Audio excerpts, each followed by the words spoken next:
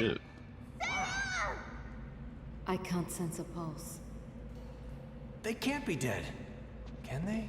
They can't be! No! Yeah, don't panic. Everything's fine. Don't worry. Calm down. I just can't hear it. I sense a huge energy surge. Oh, that surge.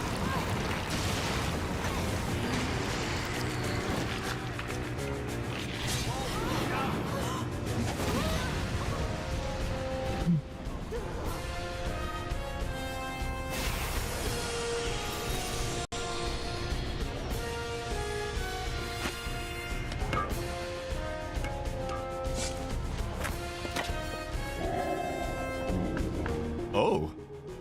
Oh, yeah. More good news. I didn't know a creature like that lived around here.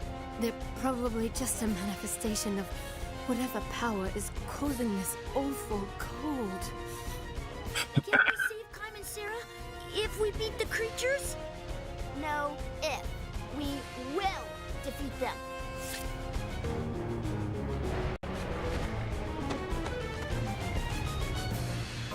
Alright, he's organic, he's water.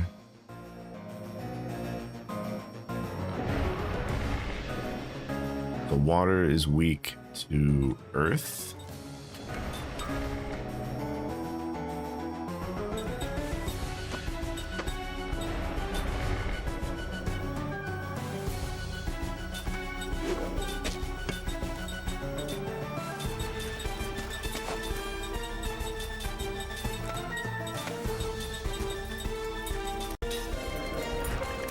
Pikachu used lightning.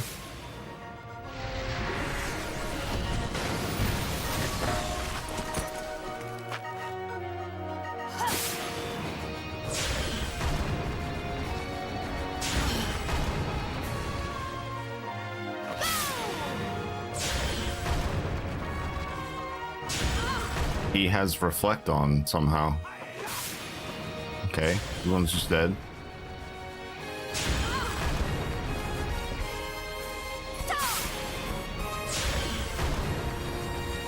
Awesome. So I just can't hit him with magic. It's not, they're not missing. He has reflect on. He's reflecting the spells back at me.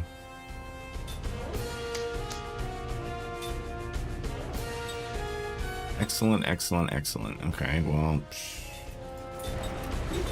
heal everybody back up.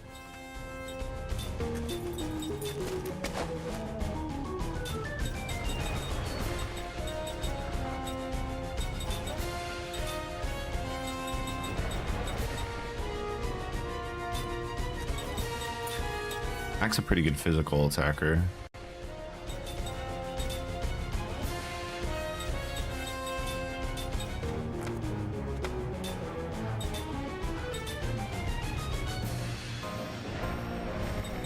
Yeah, he's got 3 combo. Let's try that. Oh god, it takes more than 1 turn. I'll need casting support. Fuck, dude.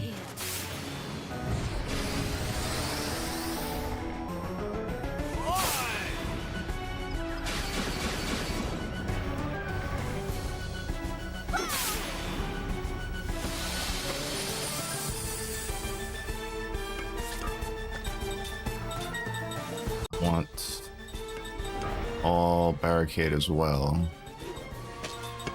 and then I already casted power, so I'm gonna put all generate on, and then I'm gonna do casting support onto Mac, so we can maybe do 3 combos more often. Okay. 3k, I'll take that. Take that 3k damage. Sacred power appear. Heal us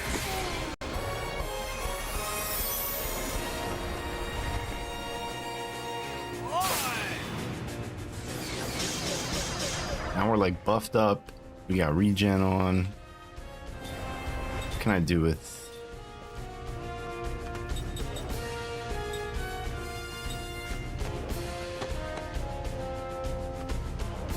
Might as well start attacking with him. Is the queen still brain mush? She remembers everything. Everybody got their memory back. Except for Sarah. Sarah can't remember still. Let's see. Power us on Jansen. Skill, 3-hit combo.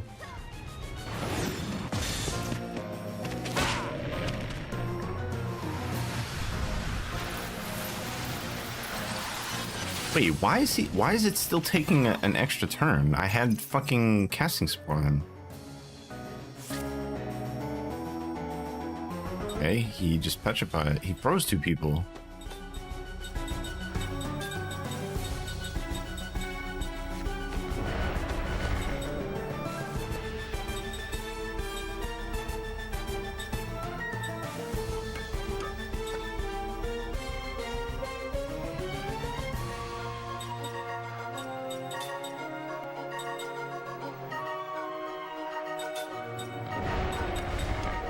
Awesome.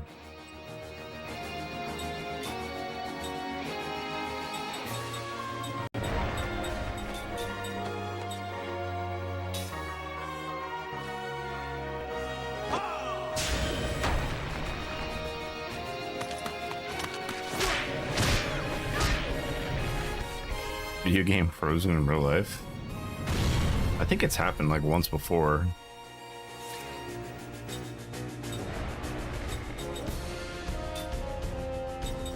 It's stupid. Someone finds you frozen like that.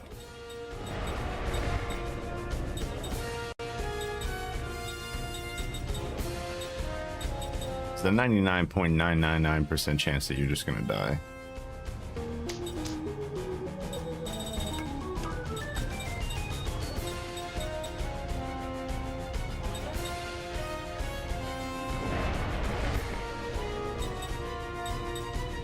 I don't even have anything from any status ailment.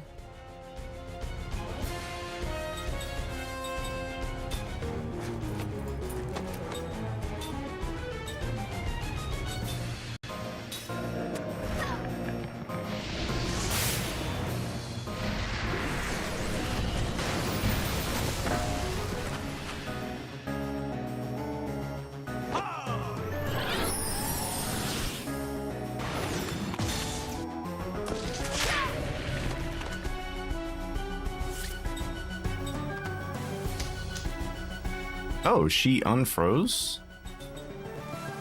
She unfroze on her own.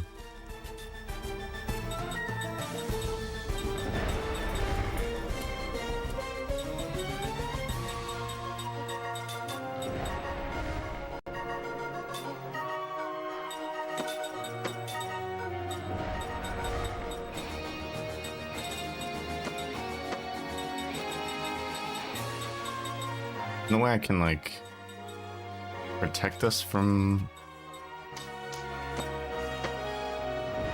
ailment void, but it only works on one party member.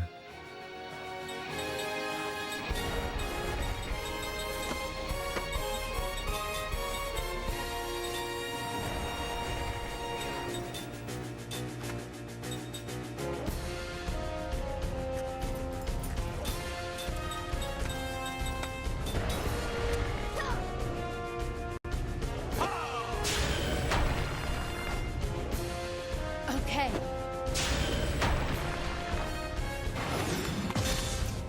Sorry. Got him.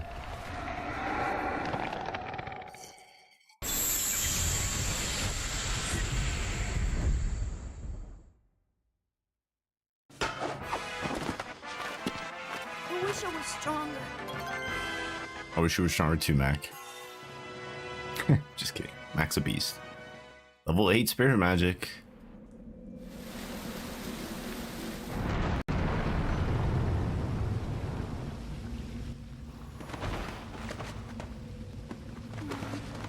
Whoa, hey!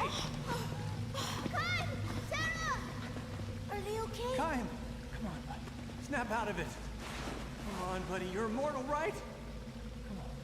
Sarah! I don't know what that is, Mike.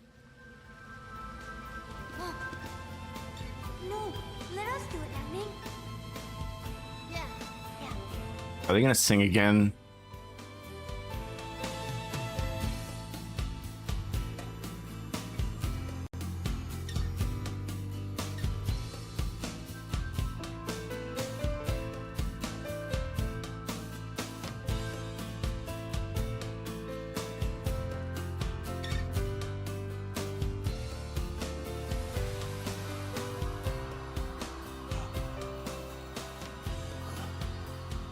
What is with the music?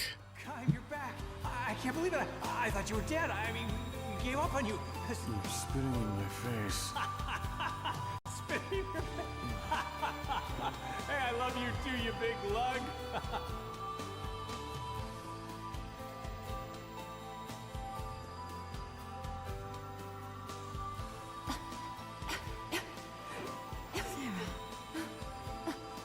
Okay. Thank you. Thank goodness. This time, you saved us. Oh, thank you for What exactly did they do? Mac.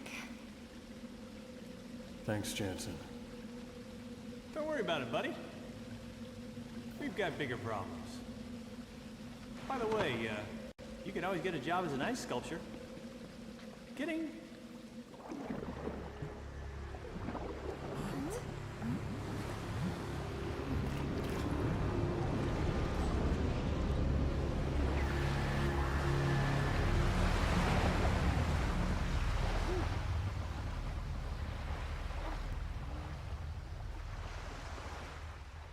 Seth?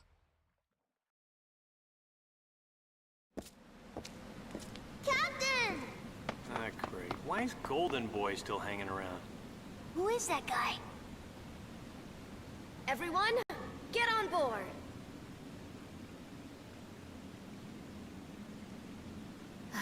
You're all safe. Well, we've been kind of through hell and back. I mean, we're running and fighting. Not that you'd care. How did you find us? The pendant that I returned to Ming. What? There's magic energy in it. We've been tracking its output. Ah, I see. We've gotten a lot of help from this pendant over the centuries. Yes, we have. Captain, you've got a new ship. This is the Nautilus. It belongs to my son, Ced. That's me. Wow, the great pirate Ced in the flesh. It's great to meet you. So the great pirate said is Seth's son. Ah, you must be Kai Marganar, the immortal doing the dirty work for Ura. That was a long time ago. And here we have Kaim's beloved wife, Sarah. Pleased to meet you. And Numara's 1,000-year-old Queen Ming. It's an honor to meet you. Please, go easy on me. In fact, back then... He hadn't even been born then. Wait a minute. Ming, did you get your memories back? Yes. That's great. Welcome, on behalf of the Nautilus. I think you know this pretty boy here. King Tolton, why are you here? He's been used and betrayed by Gongora. So, his objective is the same as ours.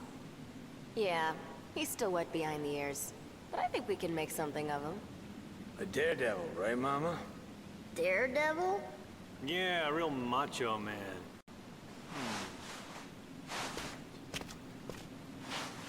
What? Yeah, I thought something was in your eye. Nothing. Who does your hair? Yeah. It's okay. He's been abandoned by Gongora. Left for dead.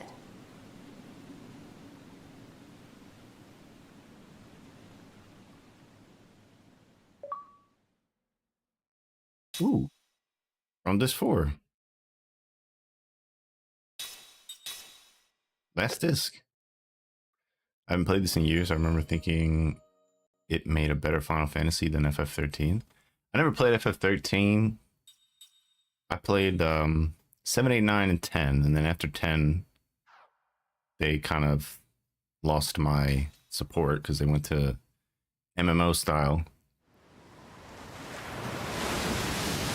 But I was still fiending for that kind of game, so I ended up buying this and playing this back in 09, but I never beat it.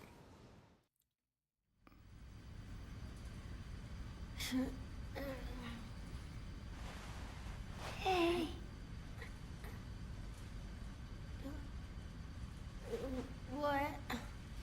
6, 10, and 9. Never played 6. 10 and 9 are classics, though. We passed out. I dreamed. I saw Mom in the Aurora. You were there too. Really? That's so weird. I had the same dream too. I wanted to ask you about that. I'm talking to somebody on Kick, You Mike. really were there. Wait a second. You mean it wasn't a dream? Yeah. Well, were we able to get to the Aurora? Well, That was fun. I'm always for corrupt theocracy. Like a dream? yeah. It was like a dream. But it wasn't a dream. She thanked us for coming, didn't she? Yeah. She said she had something to tell us. And it was something for Kaim and Sarah. I think so. I wonder if they'll think we're crazy if we tell them what she said. Nah, I doubt that. They're not like that. Well, then let's tell them. Hey, wait, Mac. Let's just check and make sure we really saw her together. What? Oh, okay. Tell me Are you what supposed she to do said. that? Together, okay? 1, 2. Thank you. And then she went on like she really wanted to tell us something. Now I want to see if I can get my 360 working and play this in Blue Dragon. Blue Dragon's the other game by this dev, right? She said she was glad we came. If you have the disc, and like a Series X, you can play it on Series X or Xbox One. Now we can't use her jump function anymore. We broke it when we were leaving Ura. Gosh, she's more delicate than I thought. Oh, Ma, don't go saying that. Mama? What are you, 60? That's just sick. What? You got a problem with that? No, I think it's really very endearing. Yes. Where are the kids? Asleep. It appears they've seen Nero. Hironobu Sakaguchi. Gungora might not be there when we return to Ura. Why? Blue Dragon's another one Gungora had boarded Grand Staff. I need to try. After that, Grand Staff seemed to just fly away. What? It flew? That thing can fly? I think we'd have a better chance of finding Gungora if we looked for Grand Staff, rather than returning to Ura. What do you think, Kaim? Yeah.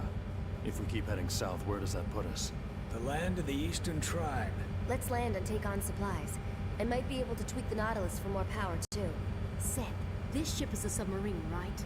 Can we find an underwater passage to an inland lake? That's a great idea.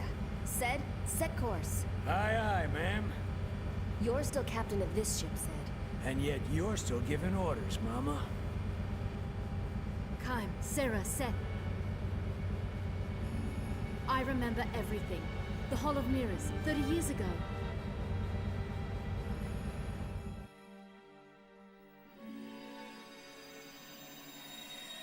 Do you remember the world on the other side? Needs a hard drive also? What happened to the hard drive? We must return. We can't stay here. We're not from this world. Yeah, that much I remember. When these mirrors give off light, a path links the two worlds. I shall remain here. They won't allow it. Don't you feel the light? Oh, I feel it. Time has begun to flow again. 1,000 years was a long time. And yet, those 1,000 years were very important. It's one of the ones that didn't have craft for storage. Need the extra hard drive that was lost. I think it's in storage, but it might not be. I haven't checked for a while. You think?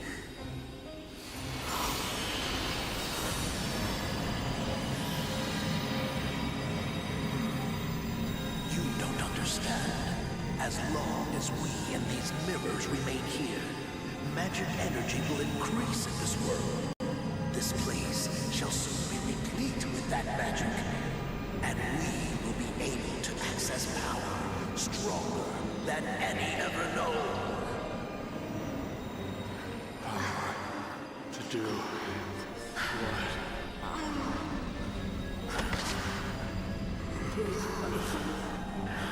You will understand. So set your mind at rest. I won't kill you until then. Until then.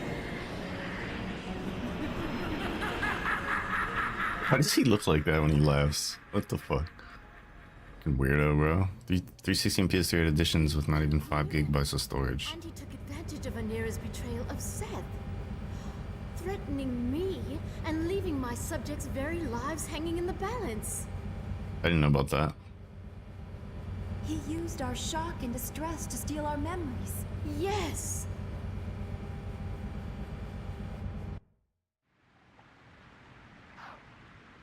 Oh shit. I skipped the tutorial by accident.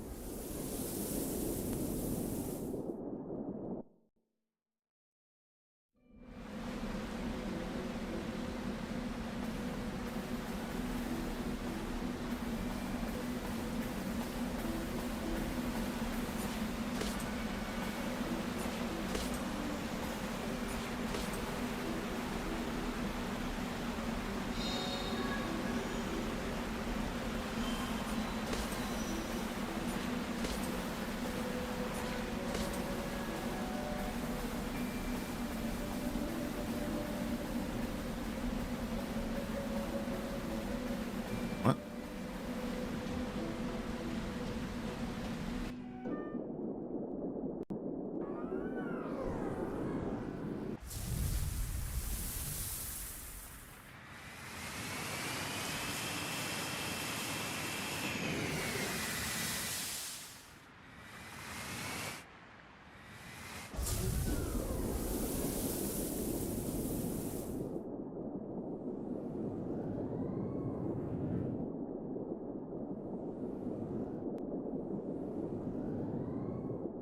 So.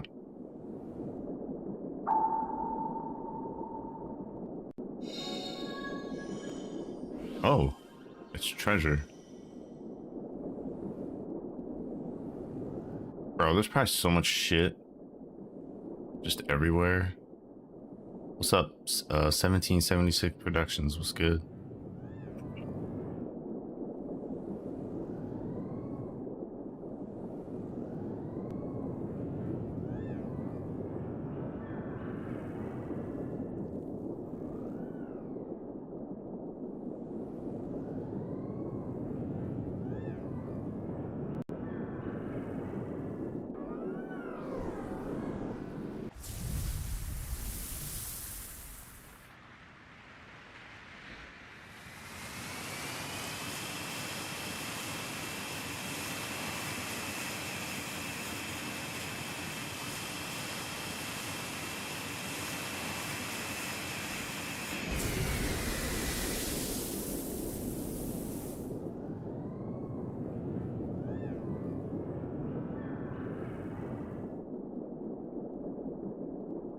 Can't look up.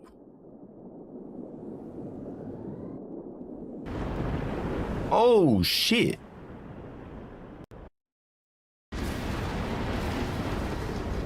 She's maxed out, Mama.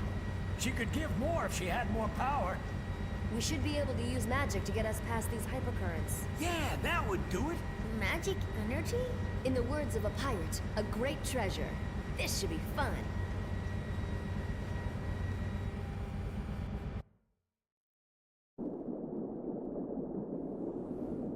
What?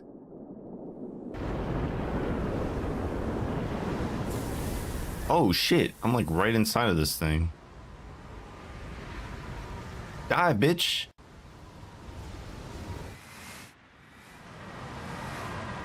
Uh-huh.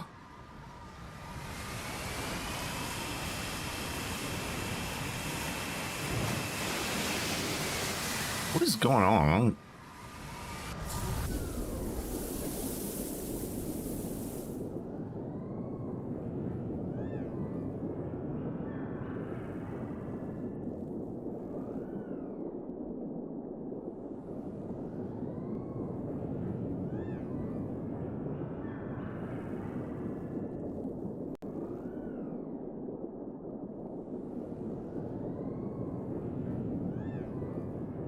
What is...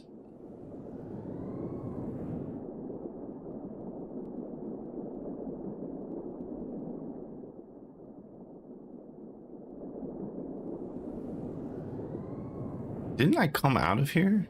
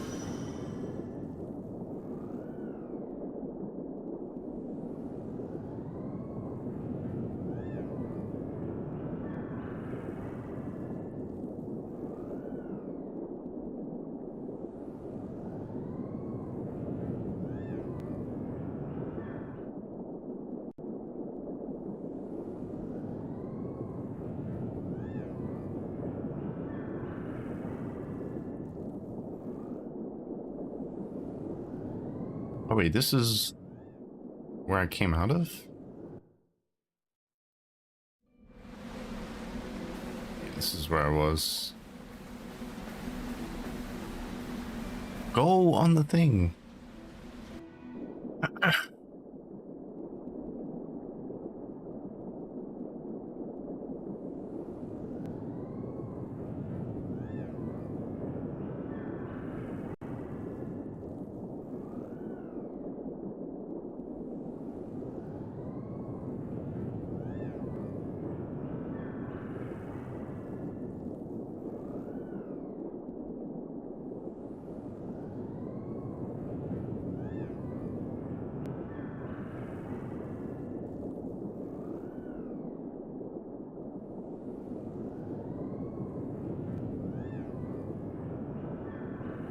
Raining?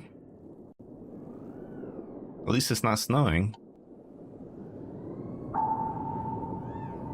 Trying to bring energy to go in for my workout. I don't like rain, so I'm sitting in my car going, ugh, rain.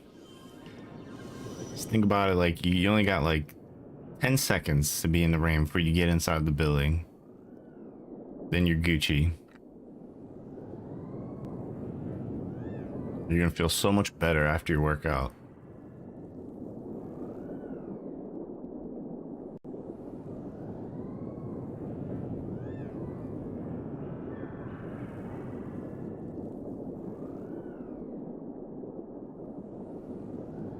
Is it? Yeah, I guess it doesn't snow in Cali often, if at all.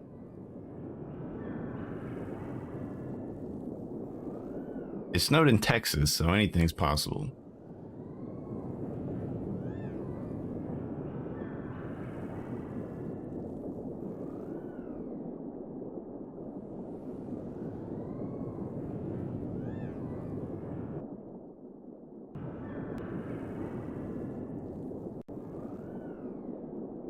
The whole goddamn city shut down.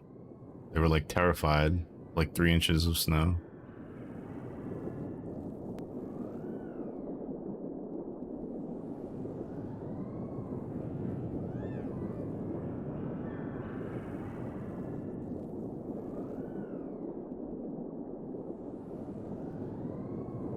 I'm looking for treasure.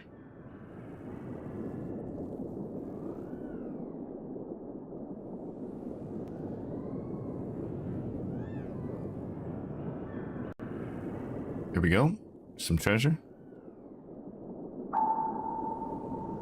Wasn't there that freak weather that caused pipes to burst because it was so cold? In Texas? I mean, that's a normal thing that happens when it gets cold. It's just that their infrastructure was not prepared for like freezing cold temperatures, so it was a problem.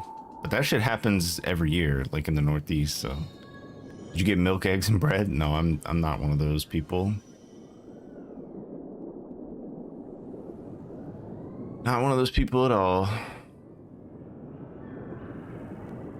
I don't understand like how people who've lived in this area their entire lives like panic. Doesn't make any sense to me. How would you make French toast?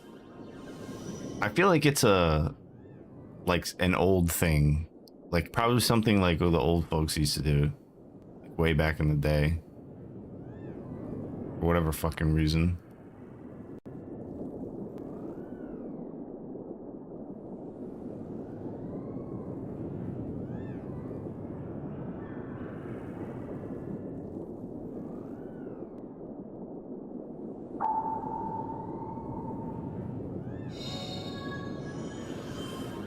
Damn, I'm getting hella shit. Slot seeds, regular seeds.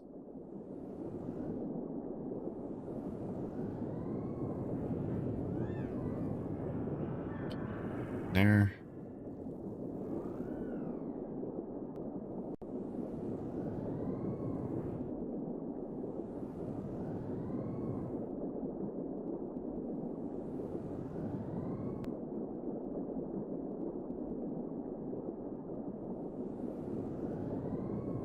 Oh, I can't go out there? Okay, whatever. Is this the wall here? Oh, okay, you can kind of see it. Another treasure over here.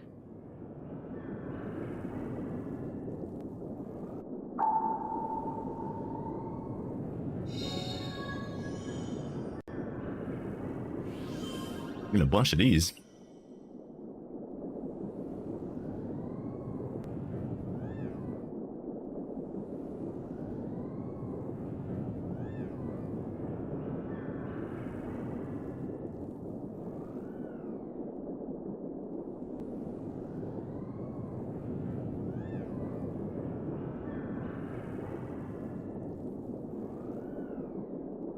Wait, I can't go. Wait, what? I can't go through here? Let me surface.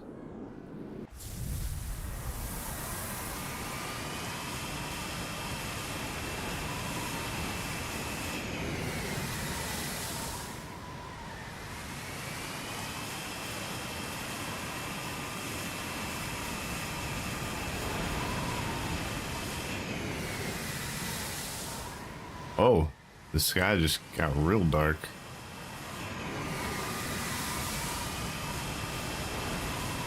I can't go around this thing. Maybe I can go around it all the way around.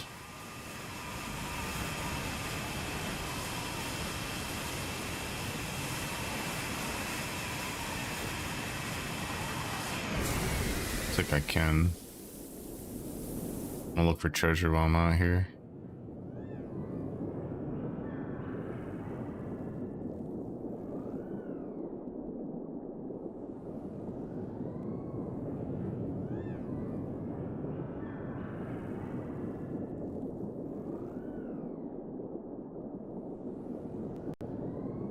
Oh, I came up with a new something that I'm gonna start doing for games that have just been on my list forever.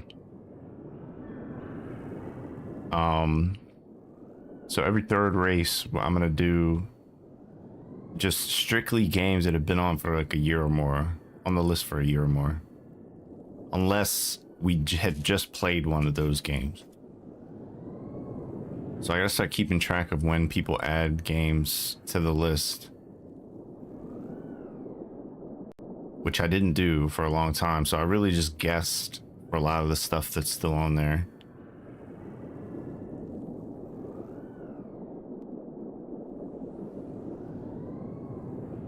Treasure.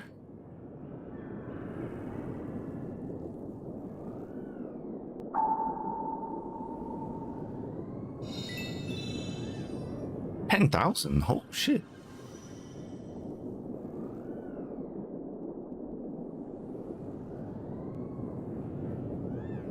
Do you put a date it is suggested / purchased on the sheet? That's literally what I just said. I haven't been recording that, so I've had to guess for most of the stuff that's on there,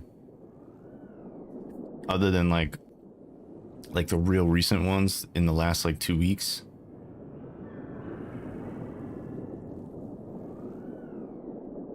Clarify these nuts, Mike. But yes, I did not record when people added them to my list. I never recorded that. So I basically just had to guess. I mean, I know what games have been on for like a super long time. I can generally guess which games were requested like just last year. Like I know Shadow of Tomb Raider was like, Nick's just added that to my list last year. So that game's not that old. So it doesn't quite qualify. But like NFL Street has been on there forever. Batman has been on there forever. A couple other ones. Both of Jake's games have been on there for God knows how long. Bayou Billy and Might and Magic. So after this race, or after this game is done, I'm gonna call it like a backlog race. And we're gonna do a backlog race of just games that have been on for a long time. So it's only gonna be like 8 games. Like Lufia is on there, Super Mario RPG, Luigi's Mansion. Yeah, the oldies, because I don't want it to get to a point where like it's like 3 years and somebody's been waiting for me to play their game. Meanwhile, all of Shockstorm's games have already been fucking played due to RNG.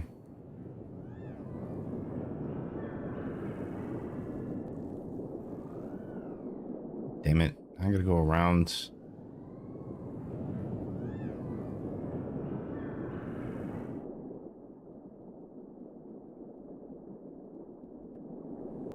We've almost gone around the entire continent.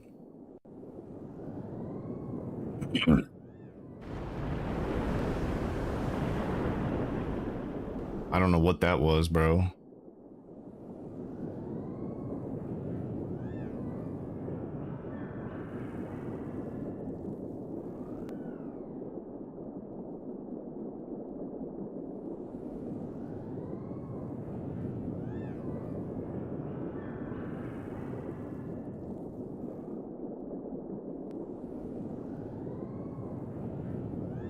You know what's crazy? If you look at the extension that I have in my About Me, the Streamlabs like leaderboard extension, Cheeto is #1 in messages, and he's #1 by a fucking mile. Like still, and he doesn't even come around that often. That's how much he chatted.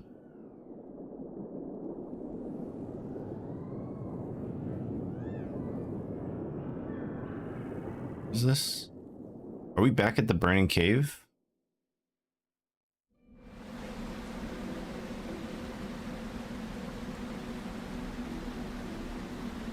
Yeah, so we basically went around the entire continent. I need to bring up a map.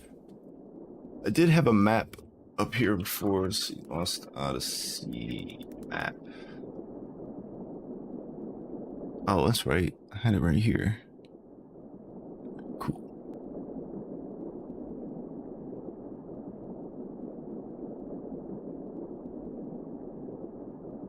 Yeah, I talked to him like 2 days ago. He was like 13 when he started. Right now he's like a 18-year-old grown man with a girlfriend and shit.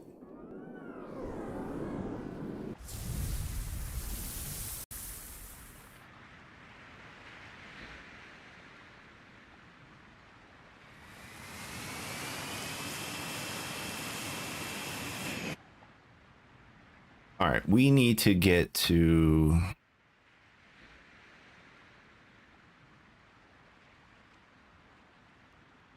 Ura. How do we get to Ura?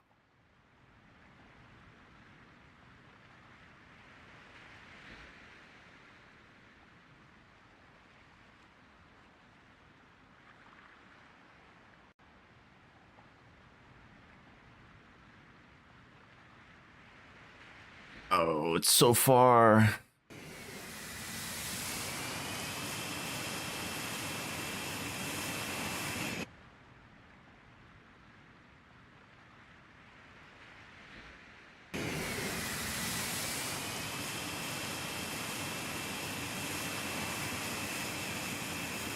There's no world map music in this game, which is an actual travesty.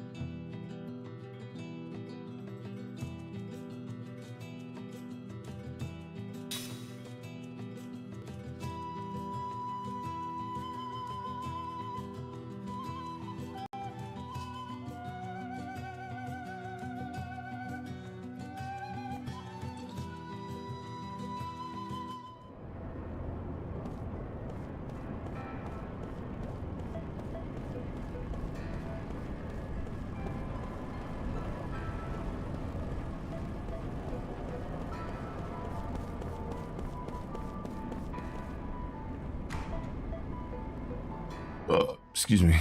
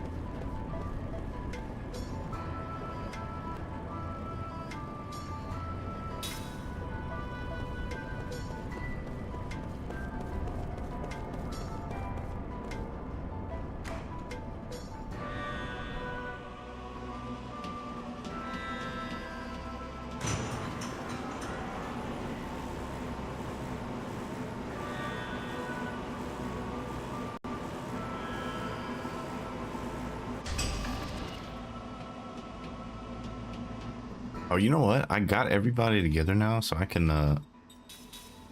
set up skill links. Let's see here.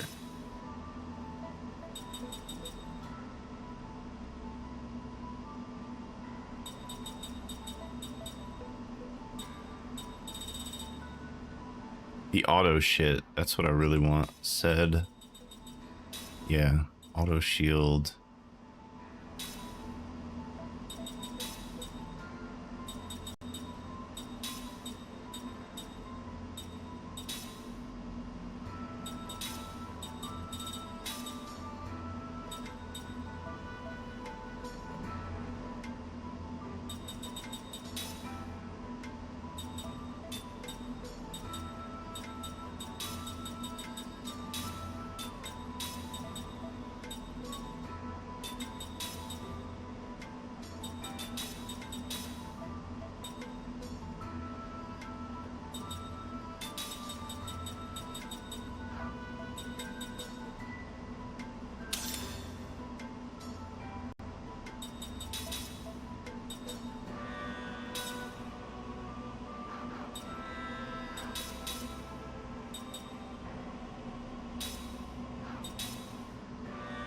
Oh, I gotta get the 3-skill one as well.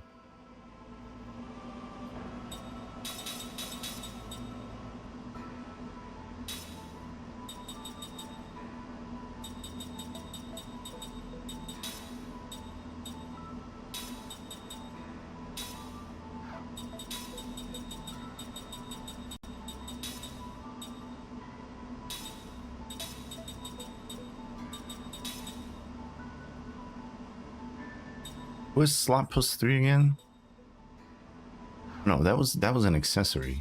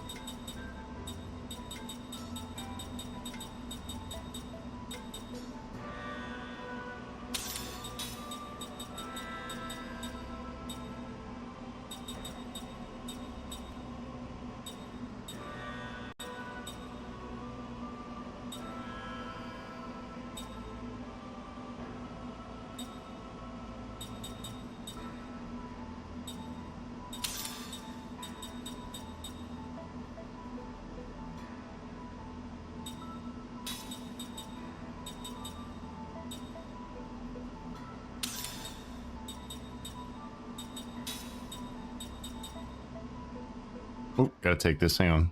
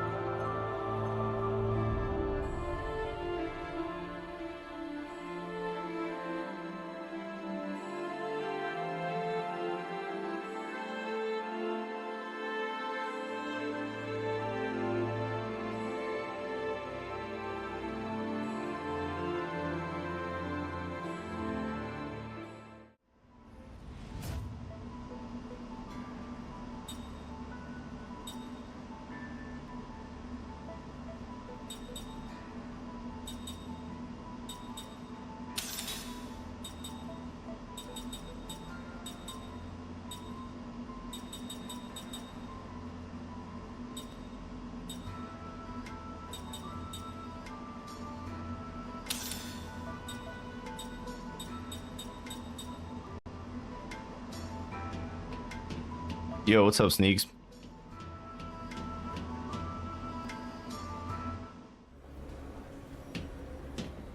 Ah.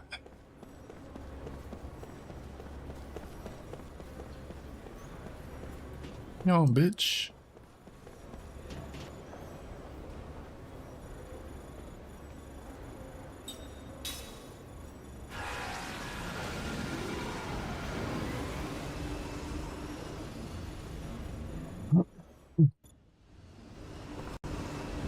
Texans or Ravens? You know, I think it's going to be a closer game than people may be expecting.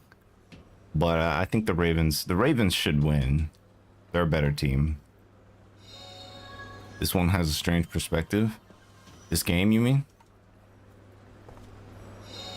Kind of a typical JRPG, like stationary perspective almost.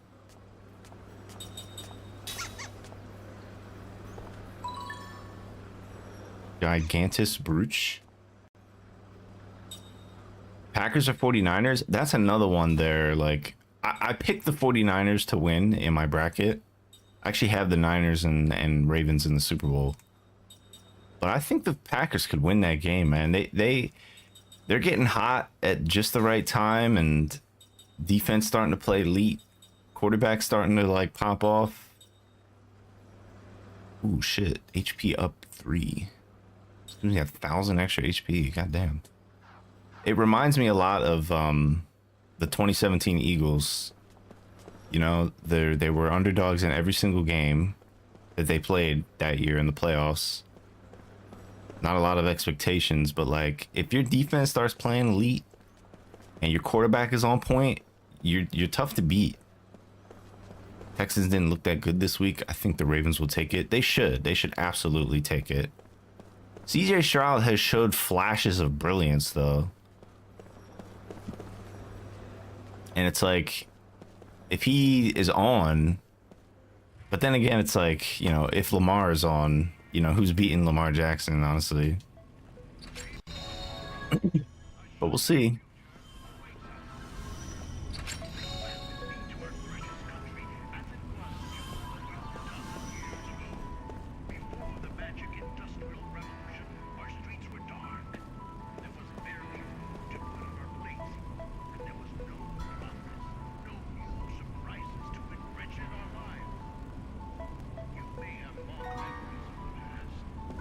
Did he just give me kind of freedom band? Freedom armband. God damn. Increase skill slots by 5? That's crazy. I think it might come down to the Texans O-line. Probably say it more like the D-line, because if you don't get to Lamar, he's gonna destroy you. Like, if you don't hit Lamar, he's just gonna win the game. Like, you know what I mean? He's just gonna single-handedly win the game if you don't fuck him up.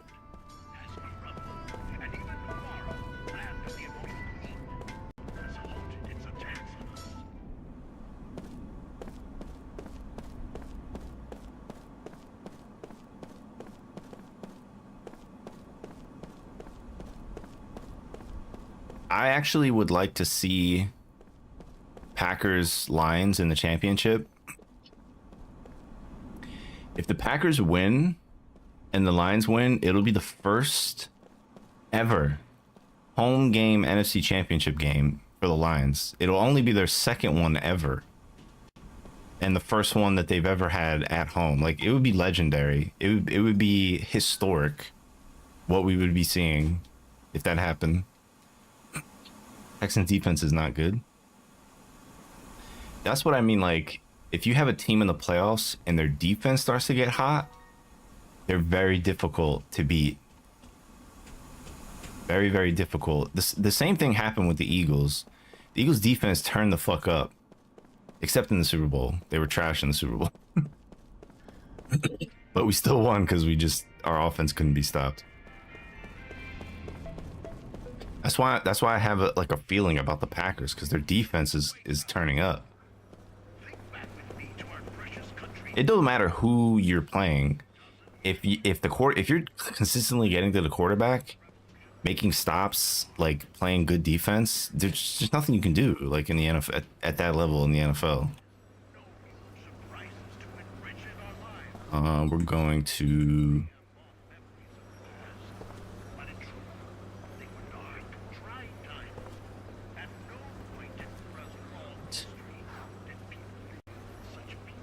Oh yeah, if you stop, but you're not going to stop McCaffrey. Even the Eagles didn't stop McCaffrey when we smoked them in the playoffs last year. He still got his. Like he's going to get his. You need to stop Purdy. You need to stop Purdy, and you need to stop McCaffrey from like taking the game over, like, you know, 3 tutties kind of shit. You feel me? I think it comes down to the run game for both teams. I think it's gonna come down to the defense. Whoever's defense plays the best, and like pressure on the quarter. I always say like games come down to pressure on the quarterback. Whoever puts the most pressure on the quarterback is gonna probably win the game. I don't think Purdy's necessarily good against the blitz, but I think J-Love is better. I think J-Love's better against the blitz than Brock Purdy.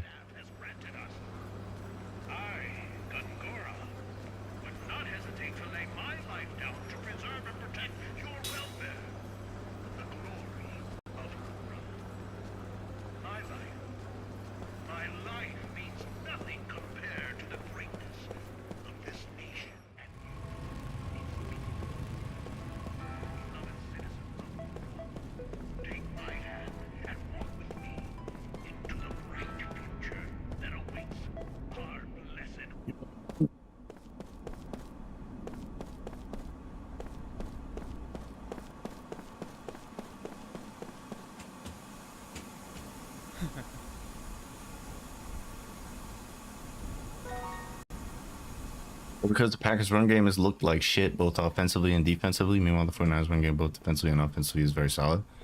I don't think the Packers run games look like shit. What's his name? Jones has like, he's had like 7 games in a row of like 100 plus yards. I think the last game was like his worst game in like weeks, in like 2 months or something. Their run game's actually been good.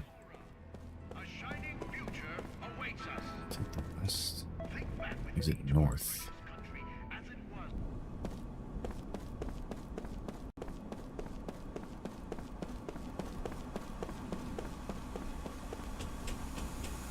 Good run defense. Well, I mean, yeah.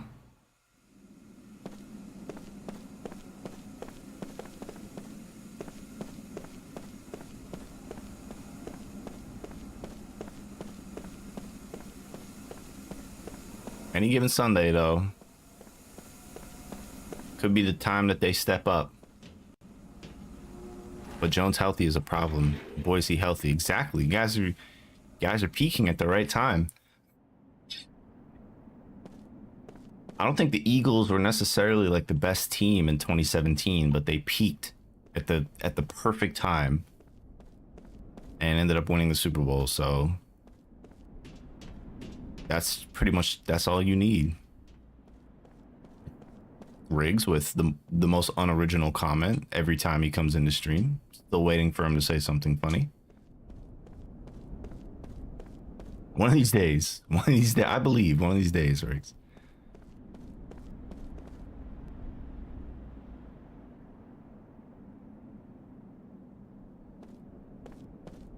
What?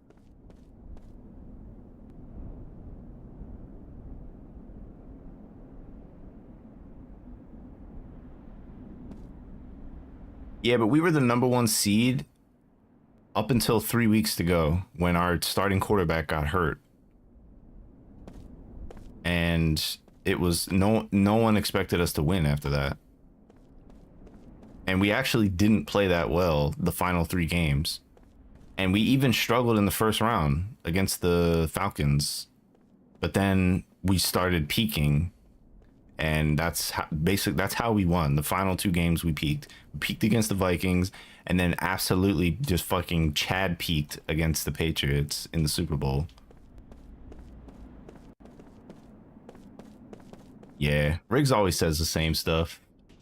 Pretty yawn.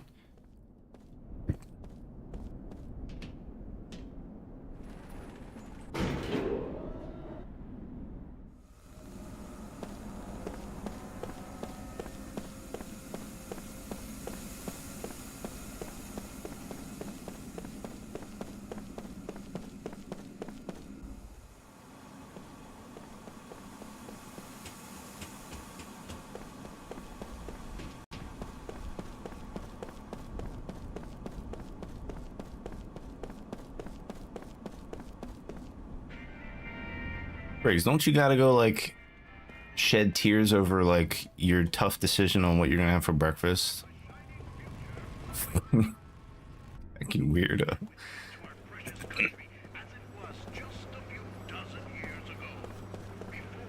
I don't know what I'm gonna have for breakfast. It's ruining my day. That's Riggs on a daily basis.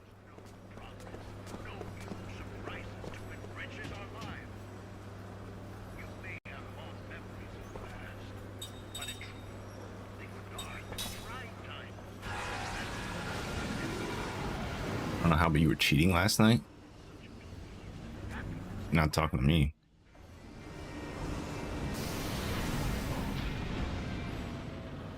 Can't eat, very nauseous.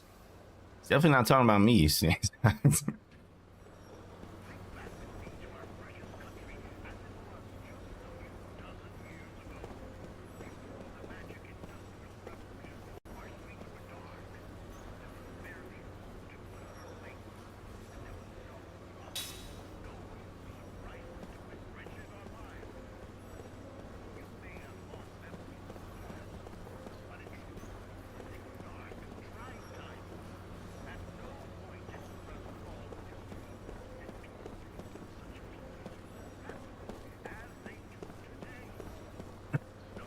I'm him.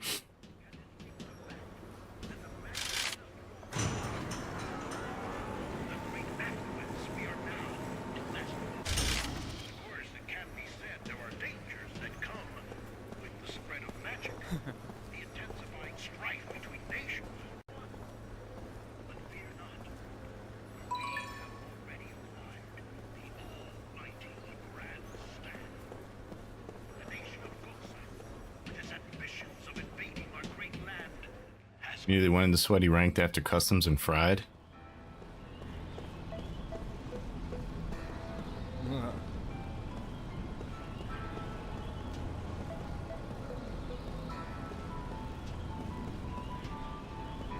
Sweaty customs. Imagine what a concept.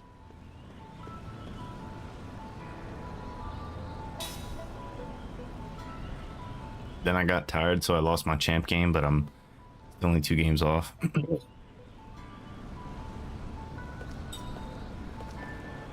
Oh, sweaty ranked after customs. We won the last customs though, so I stay smoking that Sneagle pack.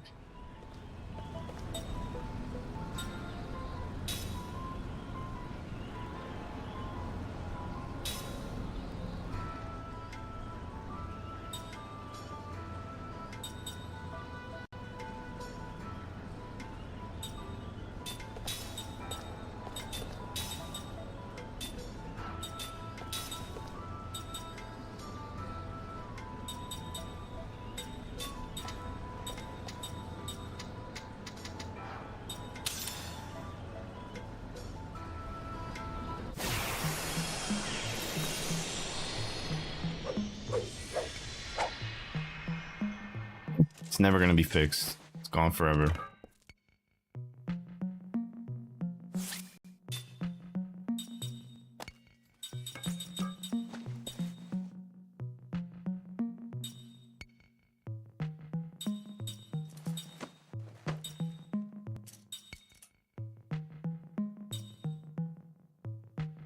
It just doesn't work. You wouldn't understand it.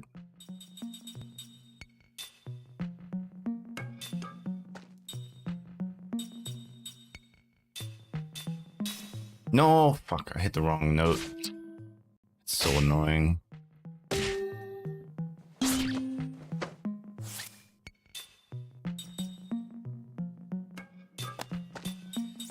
Briggs, you wouldn't know what the fuck I was talking about if I explained to you why it doesn't work.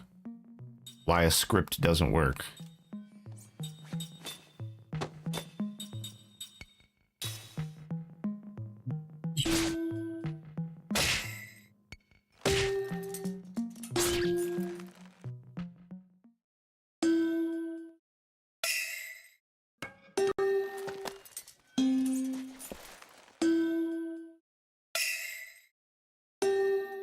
I fucked it up, man. Fucked it up. I hit the wrong thing initially.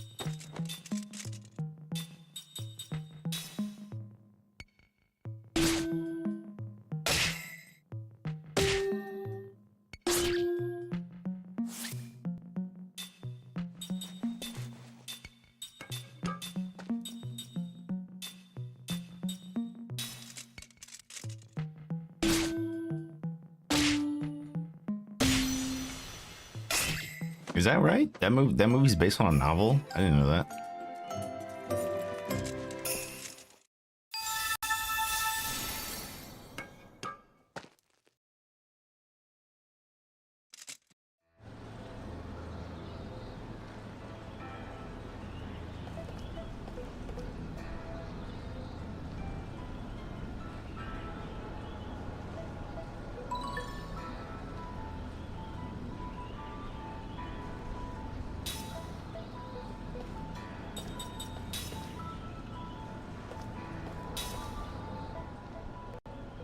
Why do I have to constantly fucking...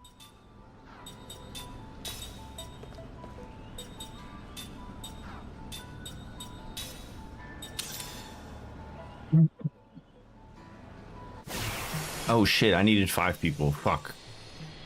Fucked up. God damn it.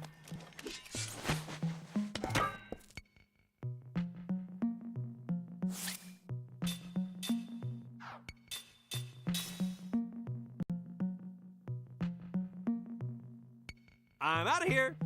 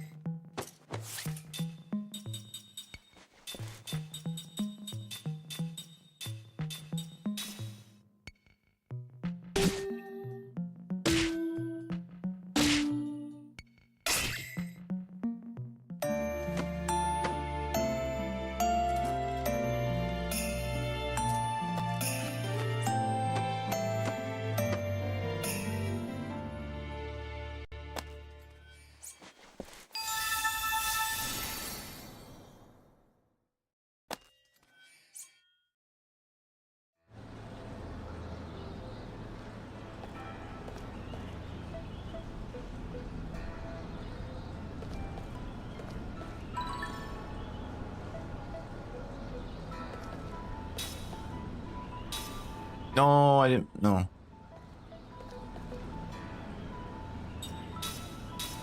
Oh my.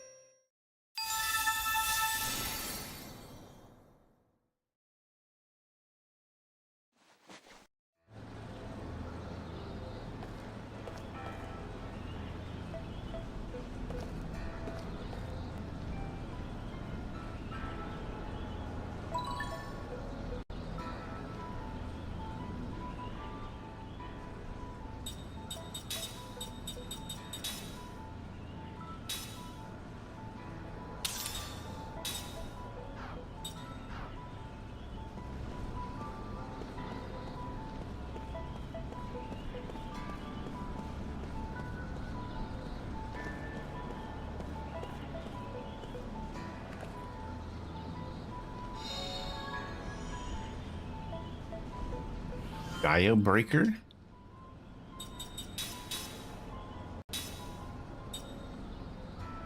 Oh. What's the ring? Damage up, critical up, double GC damage when perfect. Okay, I'll take that.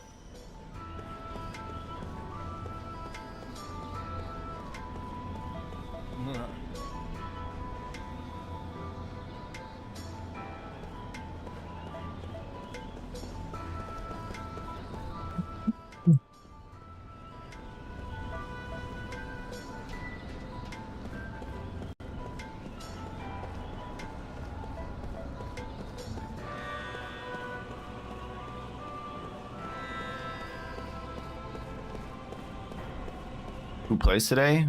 The two games that we were just talking about, Houston, Baltimore, and Green Bay and San Fran. How do you not know when your own team is playing?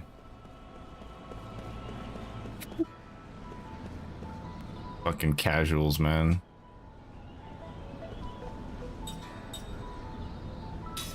Wait, am I at the right spot?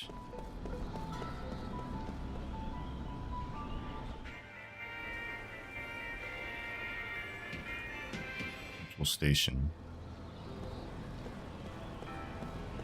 Central Station. Where's the main street? Yes, both #1 seeds.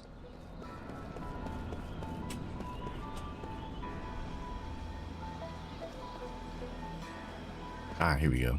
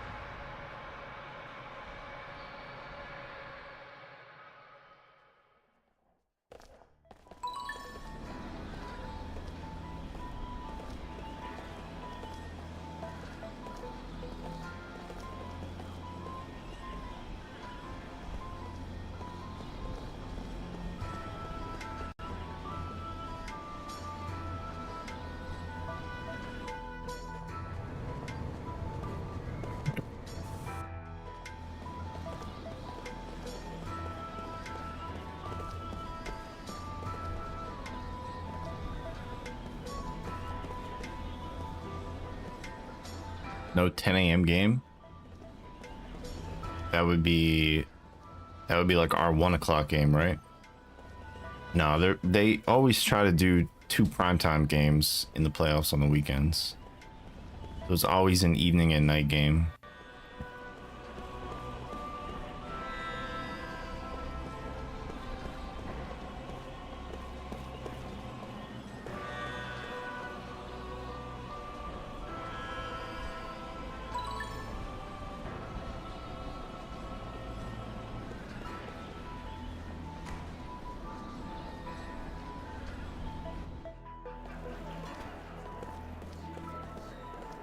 West Coast has the what? The Eat viewing schedule?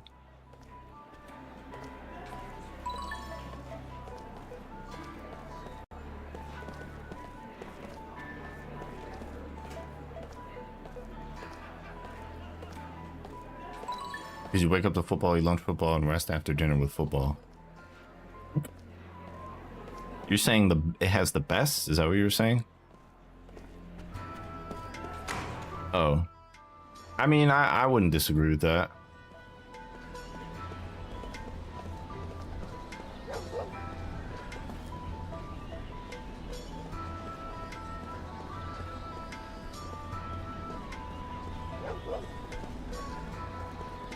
Oh, behind the inn, not behind Virgo's. Where's the fucking inn?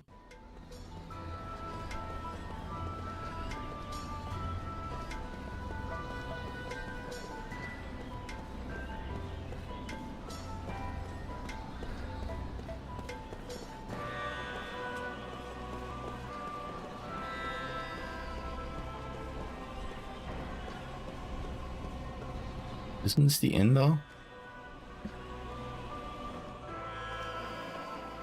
Nope, this is the tavern. One of these is the inn.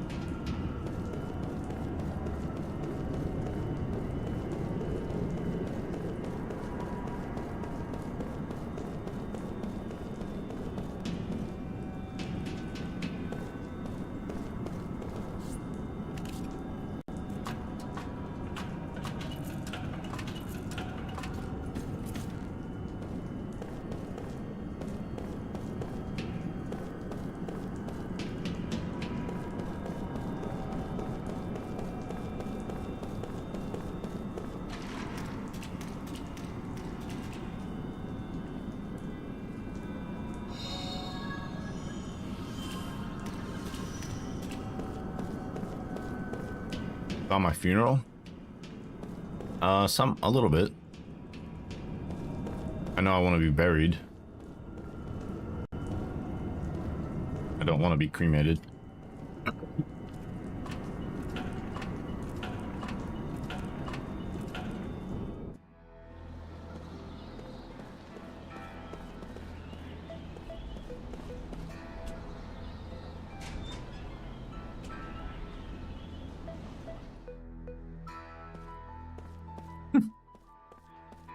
Honestly, Sneegs, it's Riggs, so I'm not surprised. I'm gonna have a nice spread. Yeah, I haven't thought about food.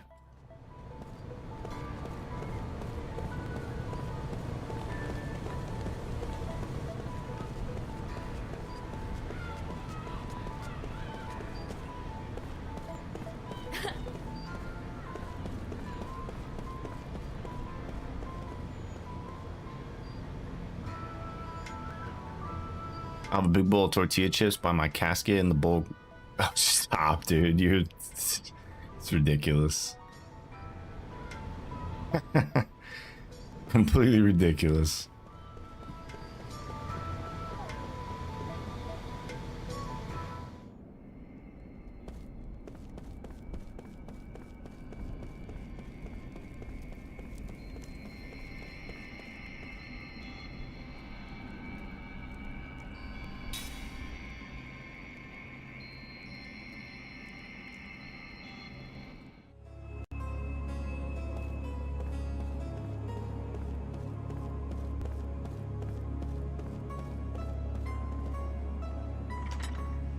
I'm gonna have a Kahoot game about my life and winner takes all. No one will be allowed to enter my film unless they bring a get well soon card.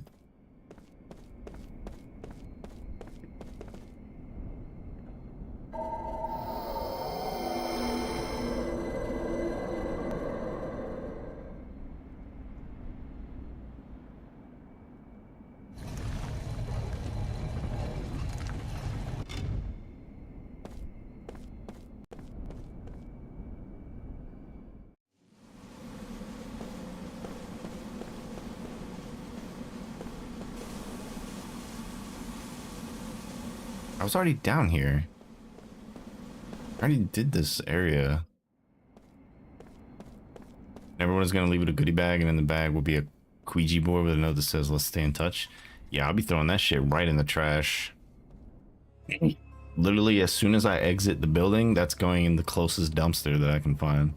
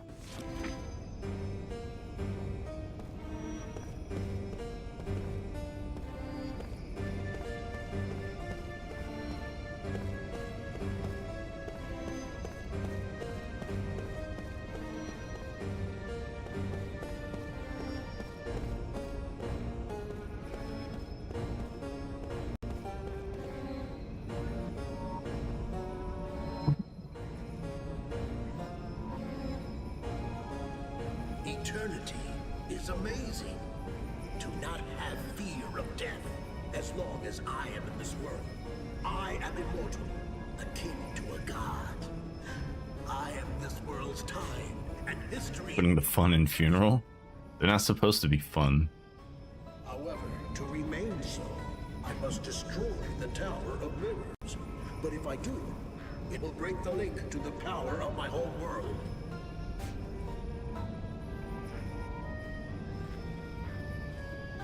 then I will lose the magic energy in this world. If that happens, my immortality will be swept along in the flow of time. I need to create a magic energy engine in this world. An engine would stamp out the interference from my whole world and give me access to even more magic energy here. First, I must establish a power base to ensure that this world runs according to my will, the royal house of Ura. I can position myself into that house to gain power and manipulate the people. With that power and the magic energy, my place as a god shall be guaranteed.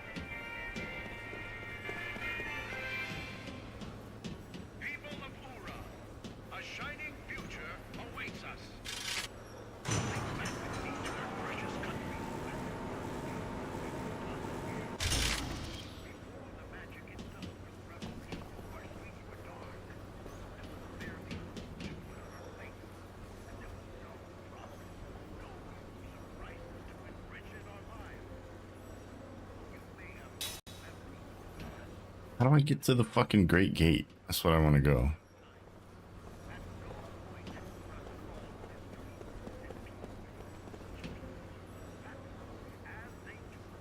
Oh, here we go.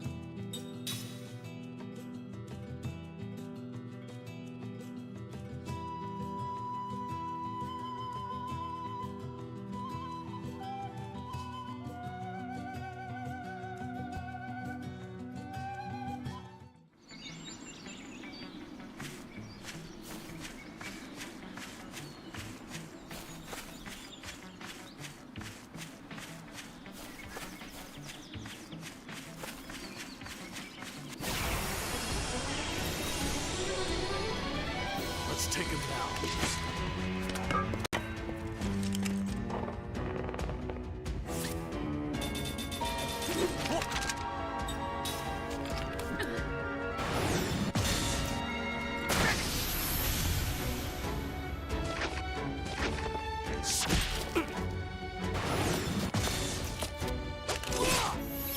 up, BCX? PCA Twitch app for iPad is wacky. I can see that. I don't think I've ever used it on. I've used it on the phone quite a bit. I don't think I've used it on iPad. Okay, Ming learned her shit.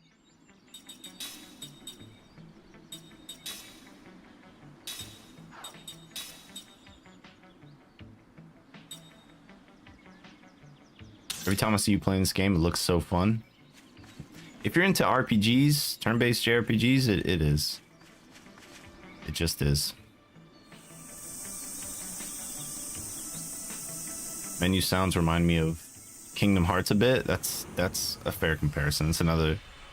These guys that made this game are from Square, like makers of Final Fantasy and shit. So there's a lot of similarities.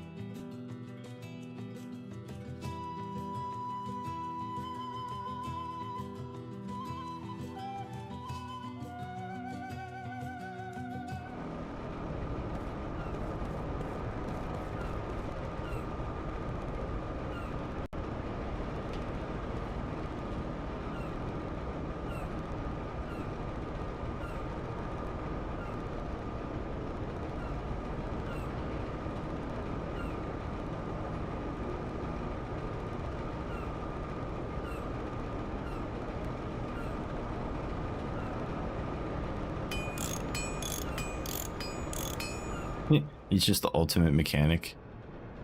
Am I familiar with MX keys? MX keys. That's some type of switch? Keyboard switch? Who makes them?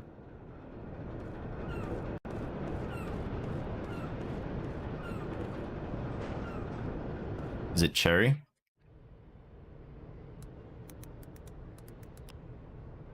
Keyboard from Logitech lets you switch devices seamlessly.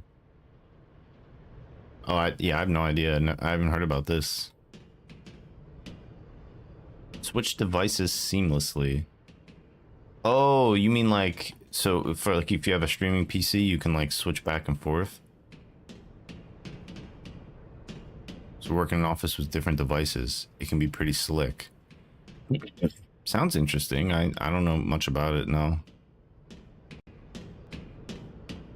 Yeah, I do. I have a separate mouse for my laptop, and then I have a keyboard switcher, like a little device, and I hit the button, and then I can use my keyboard on my work laptop if I need to. Cherry or Logitech MX keys, wireless keyboard. I'm gonna check it out.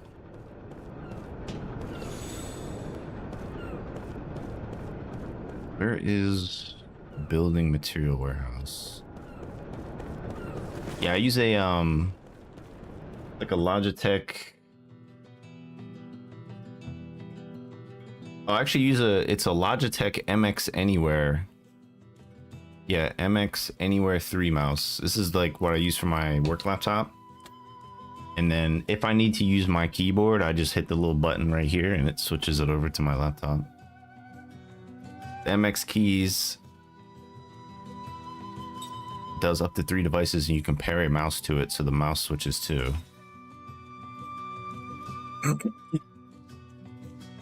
I'm guessing everything pairs to the keyboard?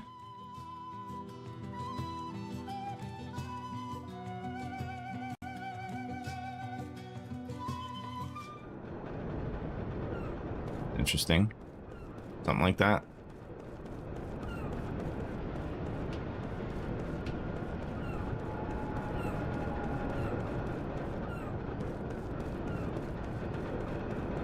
Wait, is there a pipe? Isn't there a pipe out in here? He didn't give me shit. One of my friends in marketing was super hype about it, so I thought I would share. I appreciate the information. I was thinking earlier about like a way that I could stream Apex, because I can't stream it right now from the same PC. It just doesn't fucking work. Even though my computer is a fucking $6,000 PC, like I just can't stream Apex. It's for whatever fucking reason. I could stream the most graphically intensive game imaginable, but Apex, it just gives me stutters, and I know it's so frustrating. But I do have a gaming laptop, and I was trying to think of a way I could like either stream from the laptop or play Apex from the laptop. Use the laptop's power to play Apex and then stream from my computer. Have to get like I'd have to get an HDMI cable to output my laptop to my monitor and just use my capture card. HD60. Yeah, I could like I guess I could use my capture card goes into this upper monitor.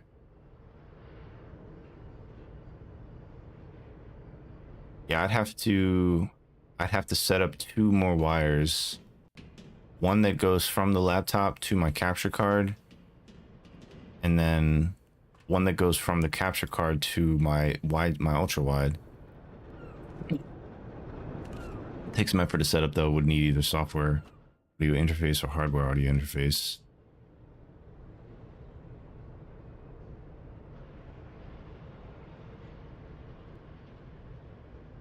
Well, so if I'm capturing the laptop, to a PC, yeah, basically, yes. Everything would be the same. Like all my stream setup would be the same. My mic would run into my same PC. It would just be that I would only be playing the game from the laptop. I think that would be the only thing I would need to do.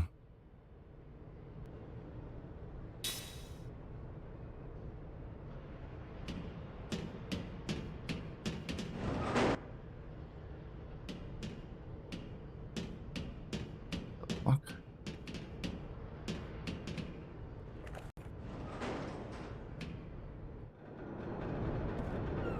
All right, I'm gonna save right here. No, yeah, not. I don't want to. I'll stream. I'll do all my stream setup will still be right here from my same PC. Just that I'll run the game off the gaming laptop. I wonder if it'd be possible. I don't know, to get like another graphics card and run Apex off. I wonder if that would do anything. All right, we're gonna take intermission.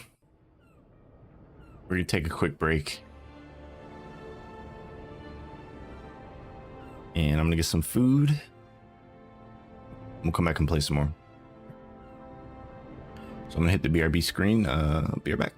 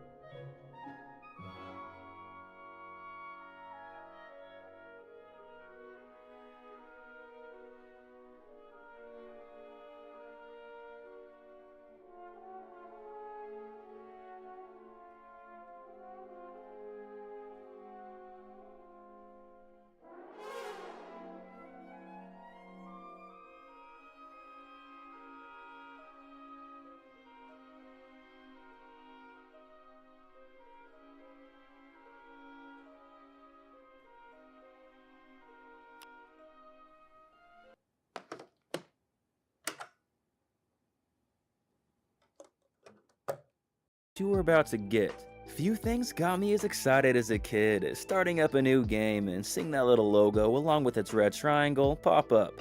For a company called Squaresoft, I like how they emphasized a triangle in their logo instead of a, well, square, but that's besides the point. The point being that Squaresoft was an absolute legend in the 90s, putting out classic after classic of top-tier JRPGs. The amounts of games they released this decade, along with the ones that ended up being extremely amazing, is pretty staggering and mind-blowing to be honest. Most developers would put out a handful of games a year, but only like half of them would be that good. Squaresoft on the other hand though, they would put out like 5 to 10 huge RPGs per year, and most of them are still considered classics to this day. I mean, you got the bulk majority of the Final Fantasy games up until 9, Super Mario RPG, Chrono Trigger and Chrono Cross, Xenogears, the Mana series, the Saga series, the Front Mission series, and yeah, I could keep going. It truly is crazy how many quality titles they were able to put out in such a short amount of time. Their output alone is a massive factor why the 90s and early 2000s are often considered the golden era of JRPGs. This won't really be a comprehensive look of Squaresoft's entire history, as they did start in the 80s. Instead, it's just going to focus on their peak in the 90s and some of my favorites from that generation. If you guys do want to see a video about Squaresoft's history though, or just the history of Final Fantasy, let us know in the comment section. As the title of the video... Why is this one 30 minutes? I ended up playing just over 30 RPGs in 2023, and while there were some that were a waste of time, there were many that ended up being highlights. Here are the 10 best JRPGs I played in 2023, and at number 10 is the original Blue Reflection. So a quick bit of clarification before we carry on, not every entry on this list is a game that released in 2023. There are some here that are from my never-ending backlog of games. This is how I've done these lists previously, and it's no different this time either. I'll also be keeping this list to 1 per franchise. As for Blue Reflection, there might be a collective gasp from some corners of the audience, as there's no doubt it has many flaws. I'll admit as much, Blue Reflection is far from perfect, and I will also say that Second Light is the better game in basically every facet. But a game gets into my good books if it fulfills a very simple criteria, that being, is it actually fun to play? And Blue Reflection definitely hits that mark, though not in the traditional sense. It's a classic case of being able to look over its frayed edges to see a flawed work of art. In this title, you join Yuzu, Lime and Hinako as they live out a seemingly normal life as high school students, and it's focused mainly around the aftermath of an injury sustained by Hinako, who earlier on in her life was an internationally recognized dancer. Hinako soon after gains the power of a reflector, and this transformation allows her and the other two to solve the problems of their classmates in their free time. They do this by delving into the other world and cutting the source of their ailments at the root. That cause is mostly out of control emotions, and the trio have to fight against otherworldly beings in order to help those in the real world. Combat is basic, a turn-based system that isn't going to surprise any fan of the genre. In many cases, these fights are over in a flash, but when you get to the impressive boss battles, the whole tone shifts. Though they themselves are still fairly simple overall, you'll often have plenty of opportunity to use all of the tools in your arsenal, which require a decent amount of setup to pull off. These bosses themselves form milestones within the story too, and it's clear the game has an uncomplicated structure. Do quests, roam the school, go on dates, and beat a boss every now and then. The game proceeds in this fairly linear manner, as Hinako not only looks to overcome her own demons but also reflect on the struggles of others at the same time. Now if the combat section didn't clue you in, then I'll make it clear here.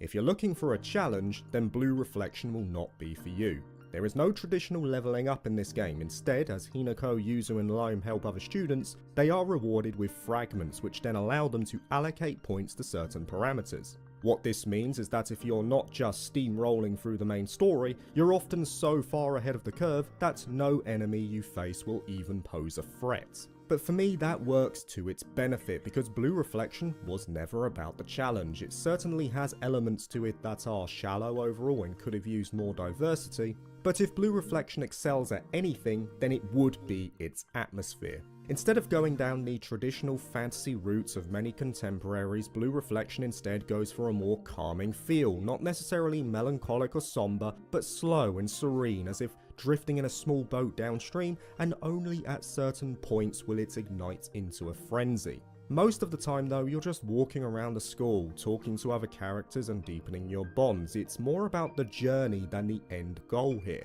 Props also have to be given to its OST as well, that complements the surroundings positively throughout, and is a definite highlight of the game overall.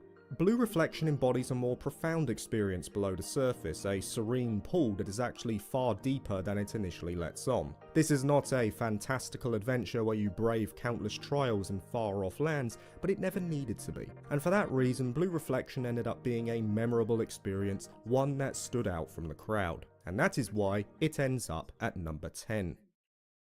At number 9 is Atelier Ryza 3. Now while Ryza 3 was a step down in many ways from the second game, which I made very clear in my review, it's still a great game. And I'd say overall, I had more fun with this than I did in Atelier Marie's remake, so it deserves recognition. As a game that closed off the trilogy, Ryza 3 was intended as the coming-of-age adventure. The game that would show the growth of the characters from where they started to where they are now. In many cases, it does succeed there, and I say it has one of the most satisfying endings I've seen in the Atelier series to date. The gameplay elements themselves though were more polarizing. Ryza 3 expanded the map massively into this semi-open world format where the zones themselves have doubled or tripled in size. It felt comparable to the maps from Atelier Firis in some ways, and as a result there's plenty to find too. Combat takes on the archetype seen in Atelier Ryza 2 with the ATB approach, where you can freely switch between members and also have a couple of support members to exchange with to extend combos further. Keys are the new element brought in to freshen it up, but they can also be used for exploration and alchemy as well. Alchemy is also still enjoyable, utilising the node-based system that the Ryza games are known for. That being said, it is a very easy system to break as well due to the nature of how the zones are laid out. If you get to the deep parts of the maps, you find high quality ingredients with even better traits. This meant by the 10-hour mark, I had everything I needed to finish the game, which is fine by me. I've never had an issue with the game being easy because of player input and understanding mechanics. That's just rewarding the effort. The only thing I wasn't completely on board with was the story, which, while decent and ended well, took a bit longer than I think it should have done. I couldn't help but feel that Gust were a little fatigued during this game in that they were struggling to come up with ways to end all these character arcs in a satisfying way, and the later parts of the game show that. Combine that with the stilted translation and technical issues upon launch, and Ryza 3 did lose a few credits come the end. That being said, even when Gust aren't at their best, they can still create a fulfilling experience, as was the case in this final game for the trilogy. At number 8 is Xenosaga Episode 3. With Episode 1 voted for by my patrons this year, I took the executive decision to play through the whole trilogy after finishing that game, and I'm glad I did. There was no way I was going to drop the series after the events in the first game, and while I wouldn't call the Xenosaga series a masterpiece due to its fluctuations in quality, especially in Episode 2, it certainly ended on a high note come the final game.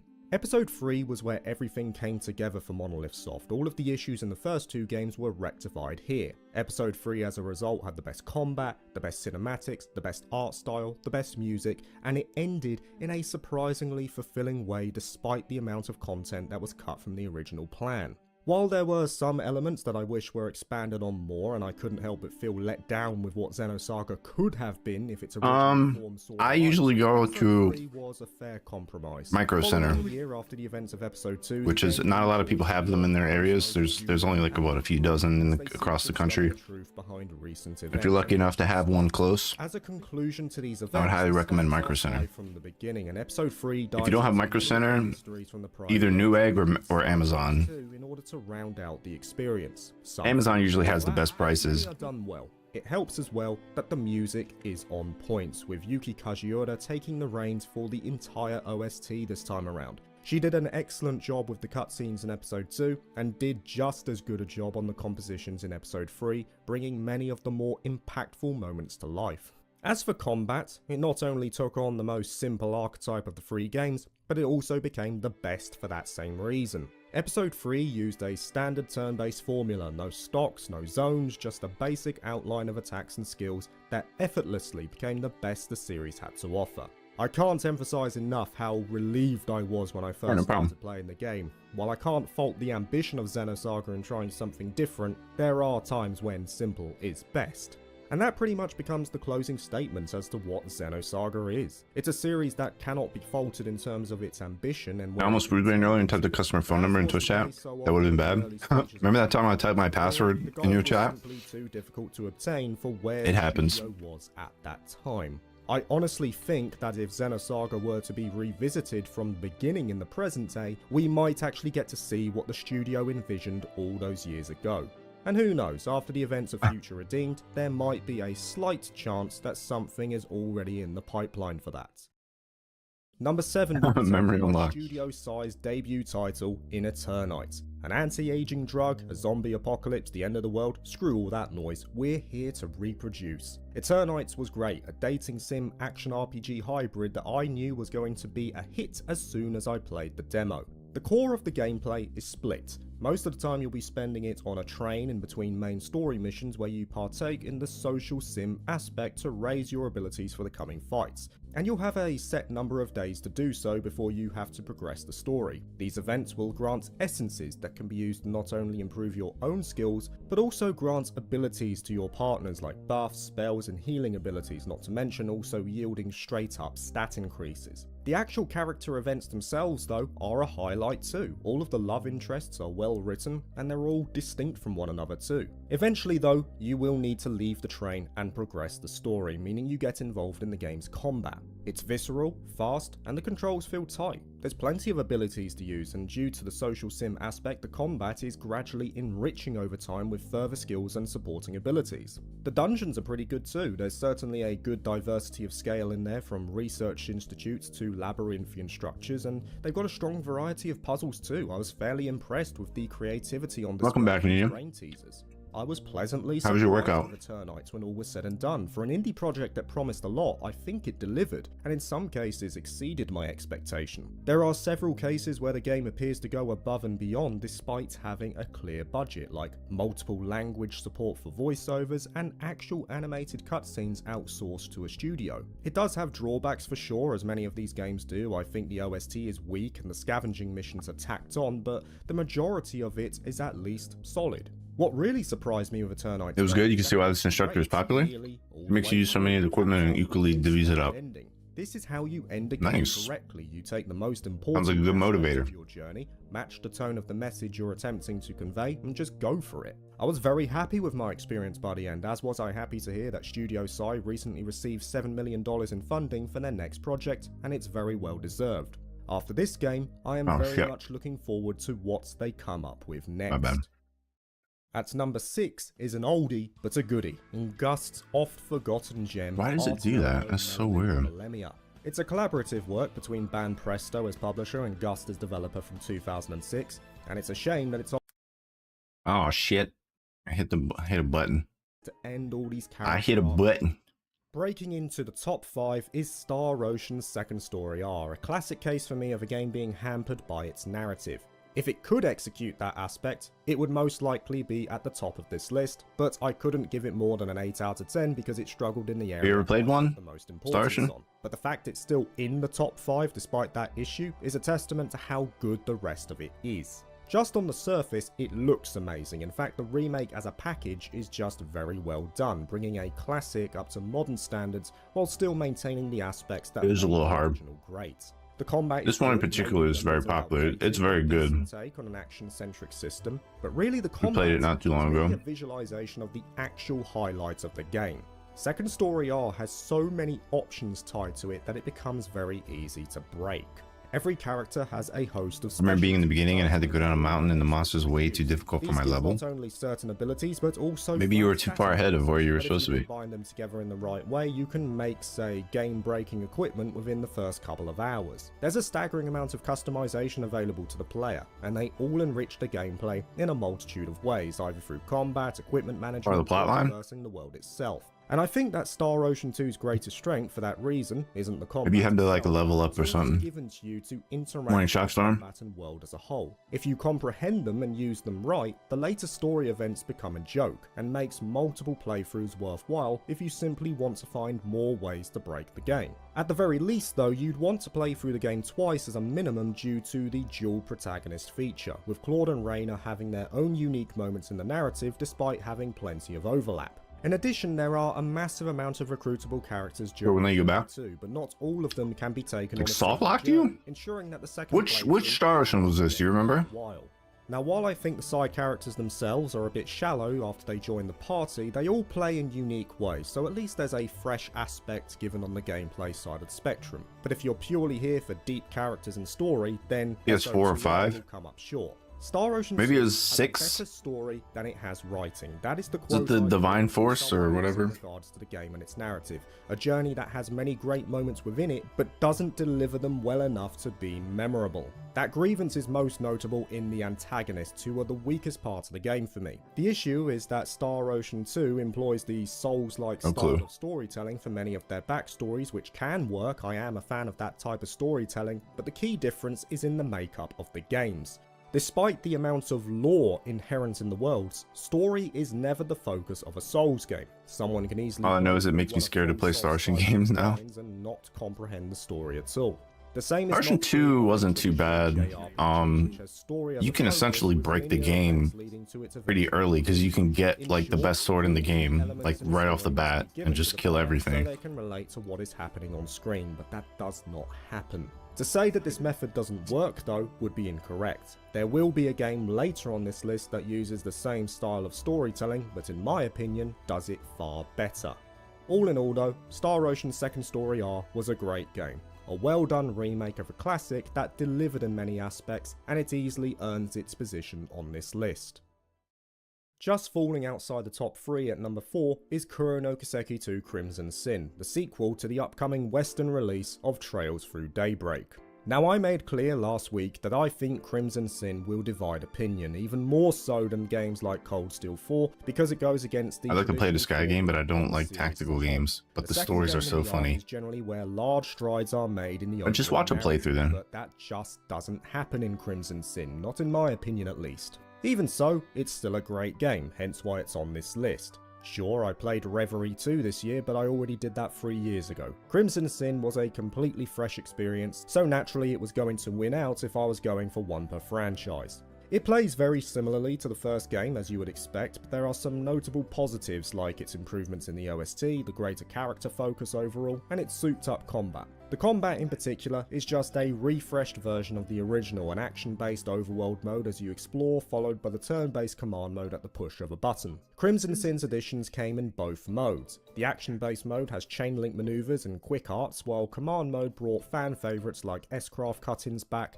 and added the EX Chain 2, which functions as a combination craft.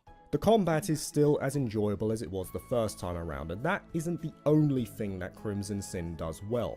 The cutscenes have also benefited in this sequel. Kuro no Kiseki was the first game that utilised Falcom's new engine for a complete experience, which was already a notable step up in presentation. Crimson Sin just worked He on said that it's games that he played in 2023, so some of them are older. The action is in full swing here in regards to cutscenes in that they happen more frequently and they feel more impactful than the original game. They just seem increasingly smooth, and I'm a big fan of how they will often transition from a standard text-based presentation to these more impressive looking cutscenes without warning. It really does bring the scene to life, and I was very much on board with how the characters were presented in the cutscenes. All in all, Crimson Sin is a game I enjoyed for a different reason to others. It felt like more of a character-focused journey overall, a game that goes against expectation. Once again, I've no doubt that Crimson Sin will be divisive when it eventually gets its Western release, but in the same breath, it does have clear redeeming quality despite ending up lower on my own personal list of Trails games.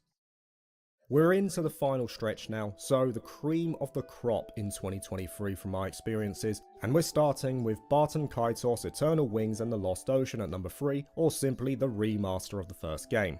Barton Kaitos was one of the biggest surprises of the year for me, in a good way. I immediately latched onto its unique narrative approach where you're working in partnership with the protagonist Callus rather than taking control of him. I loved the pre-rendered backgrounds and the art style for the sprites too. It stood out in all the right areas. And despite the rigidity in the layout of the world, there was plenty to find within it for both side quests and character progression. It was amazing to see all these different ideas come together as well as they did.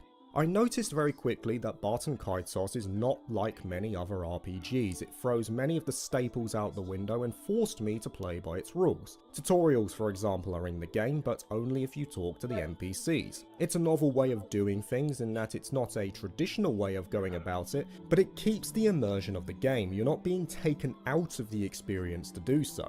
Leveling is done through the accumulation of experience points, which you then need to turn in rather than simply having them granted to you at the end of battle. It also pays to level up as infrequently as possible so that you can get the stacking bonuses that come from leveling up several times at once. But the biggest draw of Barton Kaitos are the Magnus, or in layman's terms, the cards. While they're used in virtually every aspect of this universe, they're mostly going to be seen in combat. Every character has a deck of cards that you can freely customize in the way you want, and they're used to battle. And as many trading card games require, you need a good balance to circumvent the dangers in this world. There are elements to contend with, numbers that function as the way to increase damage, and you noticeably feel the increase in power of your decks as you make your way through the game. That sense of becoming more powerful is always there. But the greatest strength of the card-based system is that it feels fair. The game is the latest games of the series just came to Sky. I need to look this up. It looks freaking gorgeous. Can be circumvented mostly through the composition of your deck. From what Skyboss said, so every third race is going to be for games on viewer list that have been, yes. Me and Bloody were talking about this, and basically games that have like lingered on the list for a year or more are going to enter their own separate race. Every third race will just be exclusively for those games, so that we can kind of get to the game, so that a game's not just sitting there for, you know, I don't want to get to a point where a game is sitting there for like 4 years and some, you know, the person who put it on there is like, well, what the fuck, when's my game getting played? So that's what I'm going to start doing. Barton Kaitos is brilliant. One of the best RPGs I played this year, and I recommend it to any fan of the genre. Number 2 is for one of the most charming games I will likely ever play in the Super Mario RPG remake. What can I say about this game that hasn't already been said before? It was everything I wanted. As a person who never got to finish the original when I was much younger, this was equal parts nostalgia as it was settling an old regret. What was great about Super Mario RPG is that it was exactly what I expected it to be. Every Mario game I play, whether it be a traditional platformer, golf, Mario Party or Mario Kart, I go into those games with a clear idea of what I'm going to be getting in mind. I expect light-hearted humour, excellent sound design and colourful visuals. Super Mario RPG hits every single facet and excels in each one. It combines the RPG and platforming genres beautifully. It's seamless both on the overworld and the combat itself. It was one of the most memorable experiences I had this year for all the right reasons. I was smiling and laughing at nearly everything happening. It was absurd, it was manic, but it's Mario. I expect this to happen. Mini-games will pop up frequently, but they're never forced or contrived. They always flow directly into the makeup of the journey itself, and some cutscenes will play on the excellent sound design to create a sort of interactive moment in the story that just oozes charm. The characters are brilliant, familiar yet wonderful designs for the returning cast, charming appearances for the new entries, and dialogue that is so simple but so impactful at the same time. Super Mario RPG had a tone in mind when these characters were written, and everything you see on screen is tailored to fit that atmosphere. I adore this game. I recommend it to anyone who has a Switch, and I'd also happily recommend it to people who aren't fans of the genre. This one here is a great game to get people introduced to the world of JRPGs for the first time. It's charming, it's goofy, it's got a familiar premise, and a host of lovable characters, a must-buy for any fan of the franchise. Right, now before we move to number 1, I do want to give a brief honourable mention to one game that I feel deserves it. It would have easily made this list if not for the fact it's more a mystery adventure title than a JRPG, but I wanted to at least give it a highlight because it left such an impression on me, and I'm confident many other fans of the genre can enjoy it too. I'm talking about Master Detective Archive's Rain Code, one of the best stories I've played through in recent memory. It's a game that nails its atmosphere, its characters, and its overall premise. I went into this game with apprehension, but come the end of it, I would recommend it to anyone who loves a great story. What a game it was. And at number 1, well, it was never in doubt Yes! despite how early in the year it Yes! released. No matter how many This guy, thumbs up on this video. I'm liking this video just for this. The brilliance of Octopath Traveler 2, which in my eyes is the gold standard for JRPGs. Thank you. Yes, it would have gone on my 10 out of 10 list for Yes. earlier in the year, but I didn't want to ruin what my favourite game of 2023 was going to be. I remember playing that 3-hour demo, and it took about a third of that time to realise that this sequel would be right up my alley. I adored it. Absolute 10 out of 10. The characters, to the stories, the music, the art style, everything was near on perfect. Right. I could not put this game down from the moment I picked it up all the way to the end. I got about an hour to play and then we're gonna get off, so...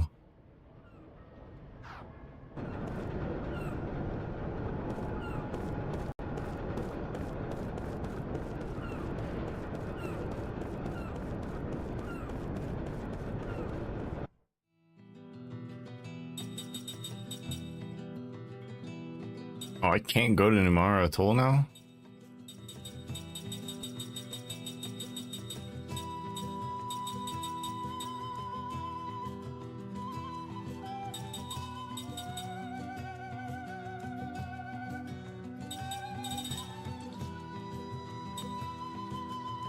Oh, I have to find a way, like, inland, right? How the fuck do I do this?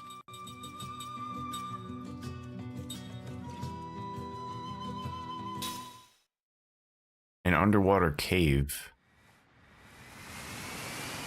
is what she originally said. Trails Through Daybreak 1 releases later this year. Likely be localized in 2025.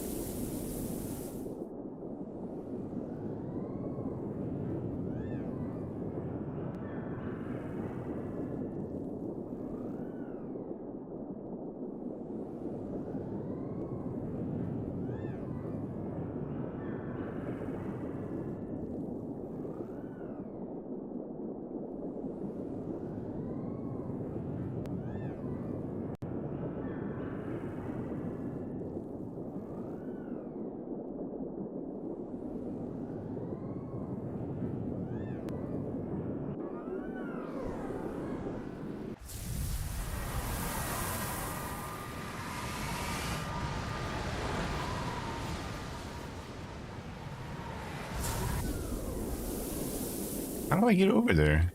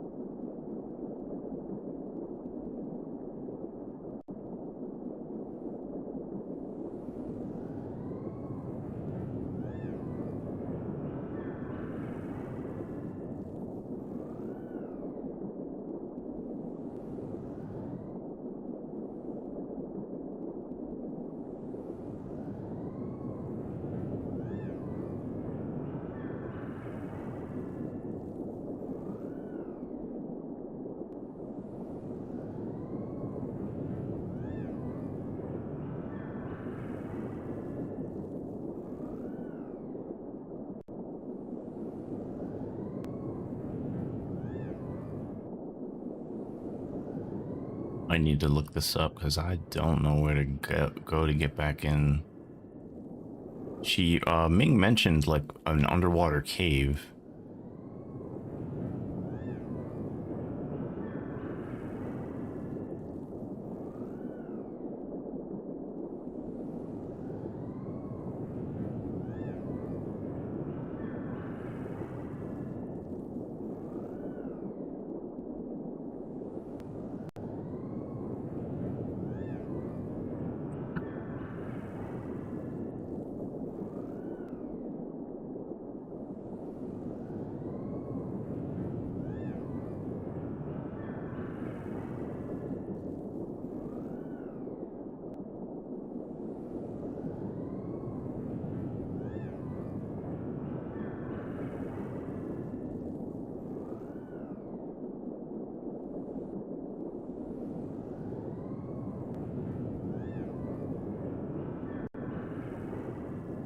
So sloth.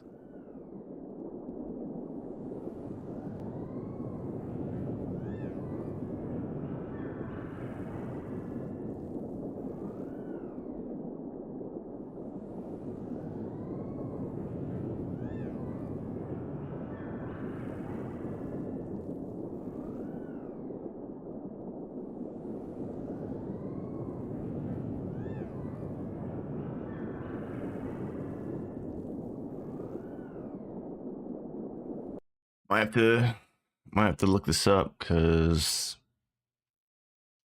I don't know where to go.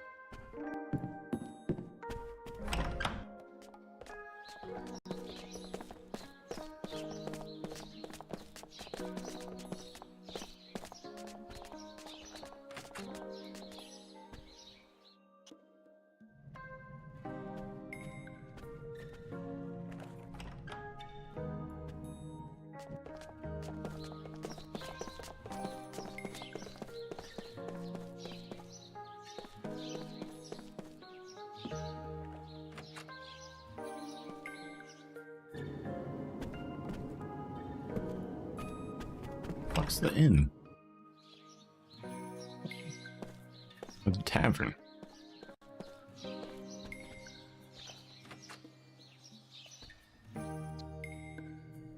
Must be tripping. I walk past it?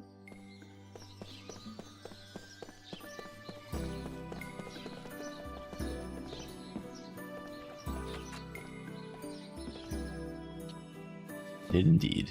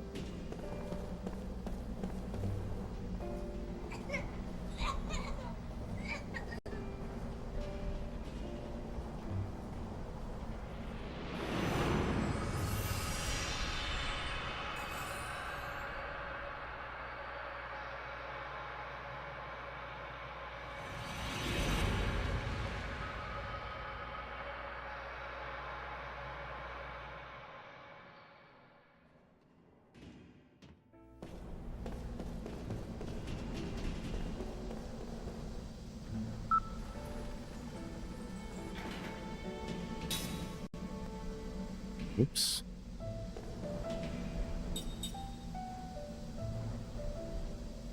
Where's the store? It's the 9th floor?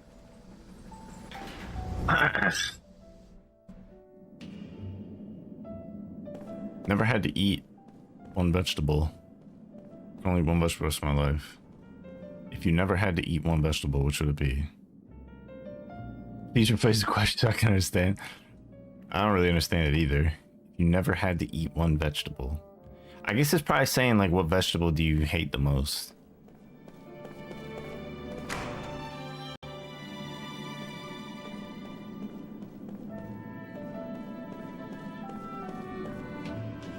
That would be my guess.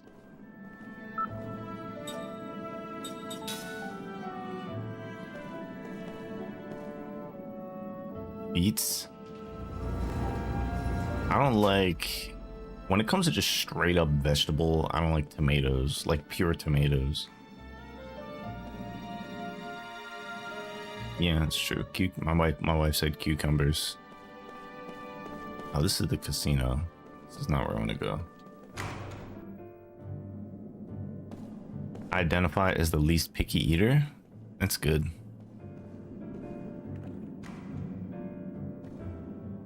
Picky eaters are a pain in the dick.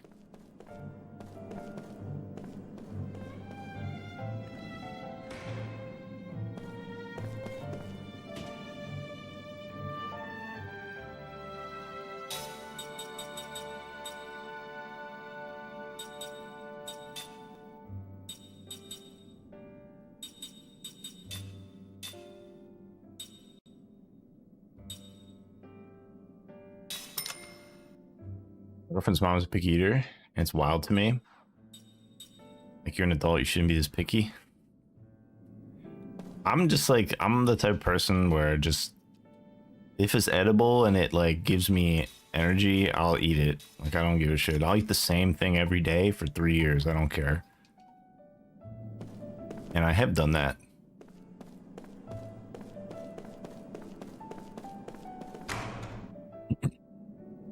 I think women are probably generally just more picky than men, though.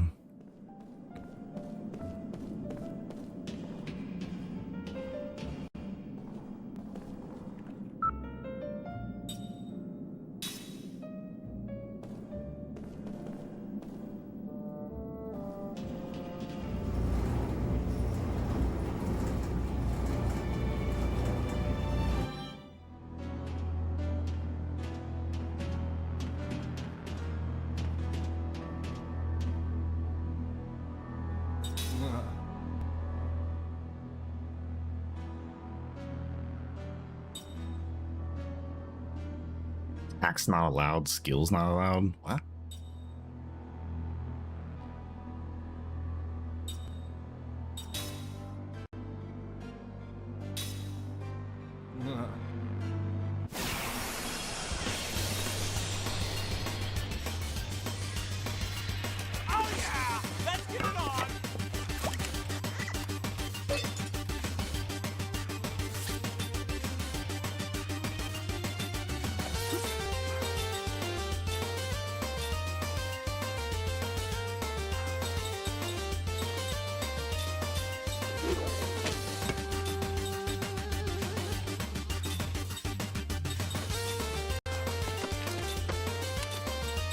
Yeah, this is a new battle music sound. I haven't heard this one.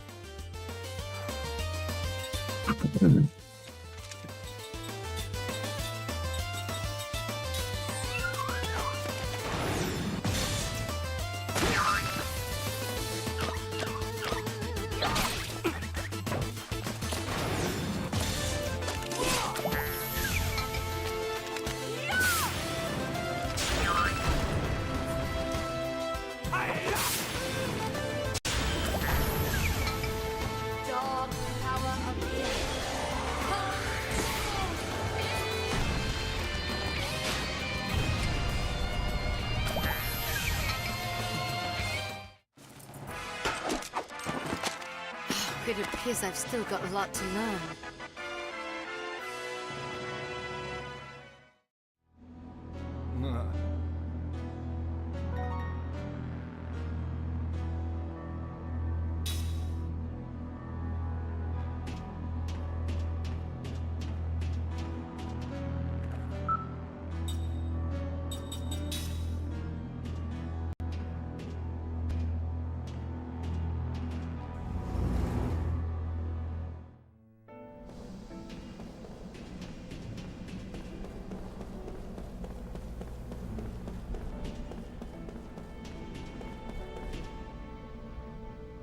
Oh shit. I'll go up the ladder though over here, I think.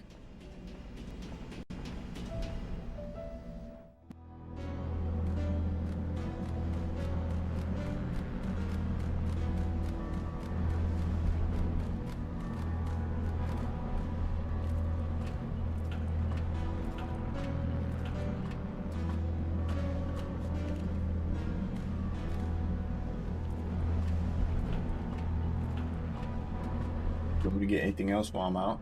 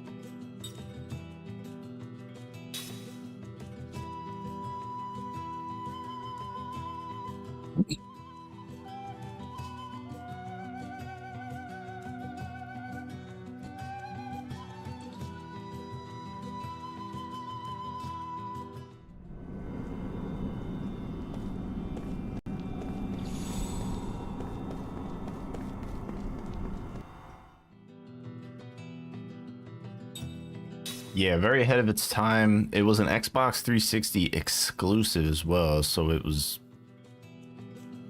a little more difficult to play for a lot of people,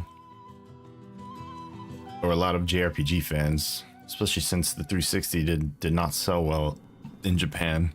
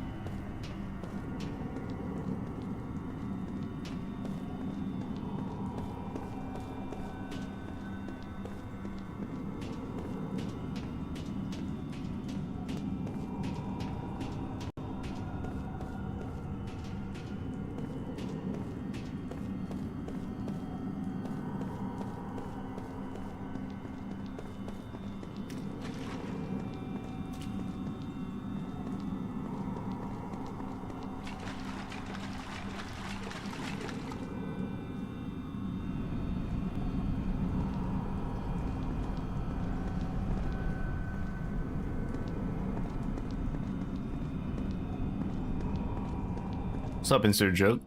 How you doing?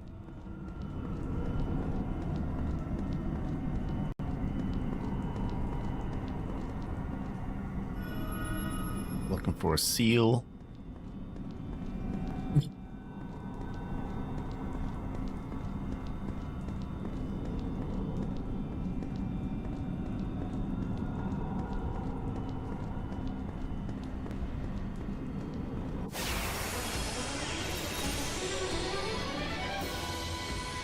Looks like we have to fight.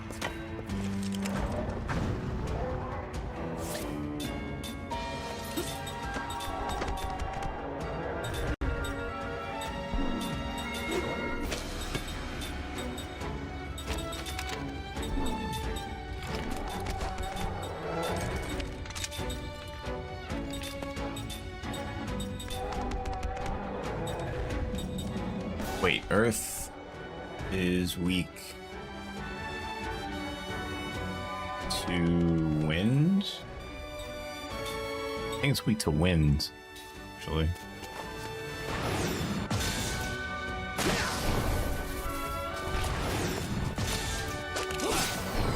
Can't get the perfect on him anymore.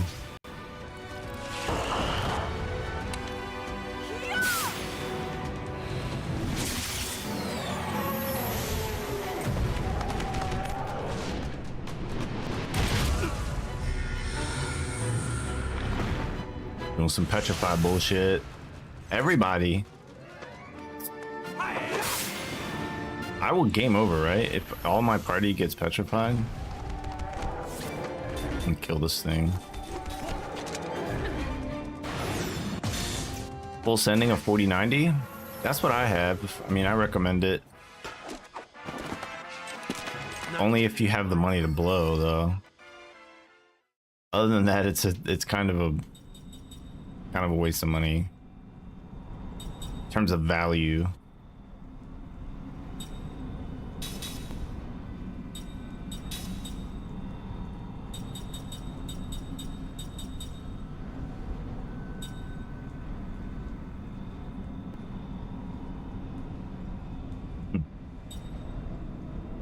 It's immunity to dark. Oh wait, okay. Waste of money because it doesn't perform like it should. Well, no, it definitely performs like the best, but in terms of like value, you're gonna get way more value for your money if you buy like a 2080, for example. Oh, Shock's adding games.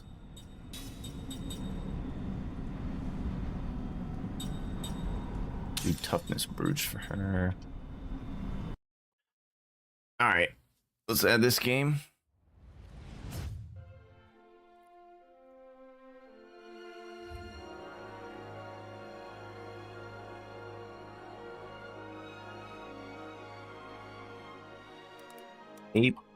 Escape.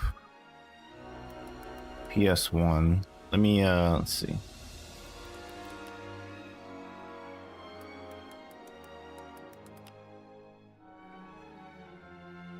Only 7 hours? That's crazy. This would be considered what? Action adventure, maybe? Or platformer? Platformer. Maybe. I don't fucking know. Puzzle platformer? I'll just put platformer. I don't want to have too many different categories. When did this game come out?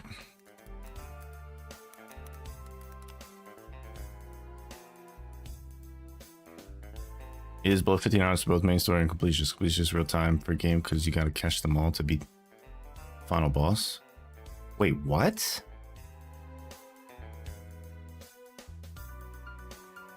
That's annoying.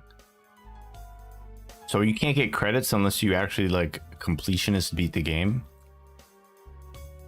June of 1999. 8 beat. No. Release date. Oops. Alright, and then this was added today, which is 1/20/2024. I'm gonna keep track of this as well. Got the weirdest control scheme. Shockstorm's always trolling me with games, insert joke. But it's like an additional 1 to 2 hours to do so. Okay, so it's not bad. Jumping is like R1 or some shit. I can't wait. I can't even wait. Alright, I'll do all this extra shit later.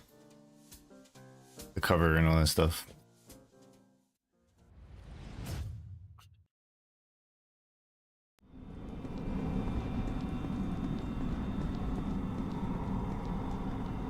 Where is the damn... There's a royal seal in here somewhere. Give me a break.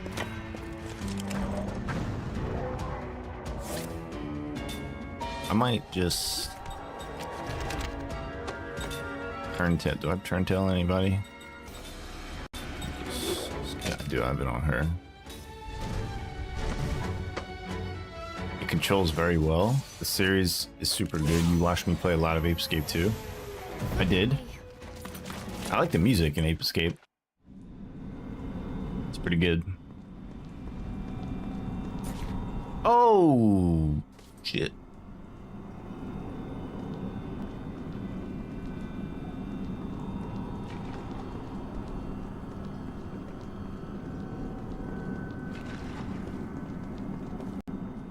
Put Turntail onto Kime. Oh man, he's got so many spots that I'm not even using.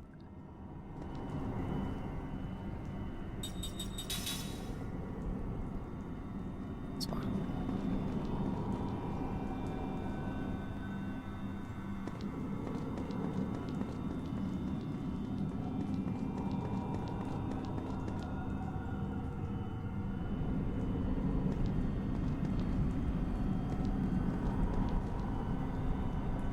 Am I in the right spot?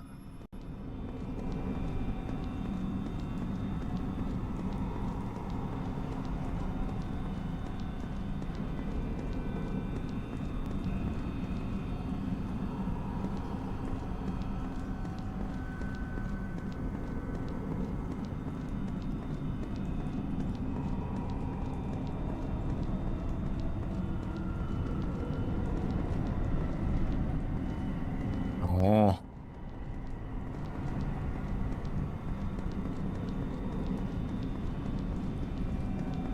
Here we go. Here it is.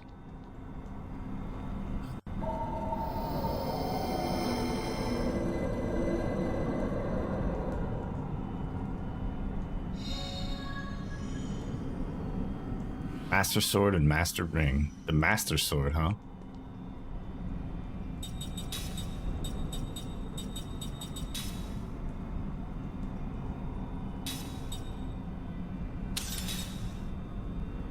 Toxin effect, petrify effect, and paralysis effect. Wow. Yeah, I got the Master Sword. Thing is OP. Oh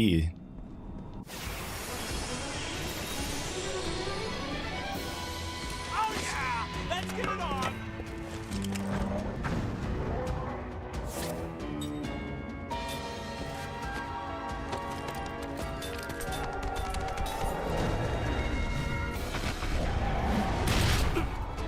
I'm out of here. The next race is going to consist of these 8 games right here. Those are the games that have been on my list for a very long time. Oh god damn it, fell in the fucking hole again.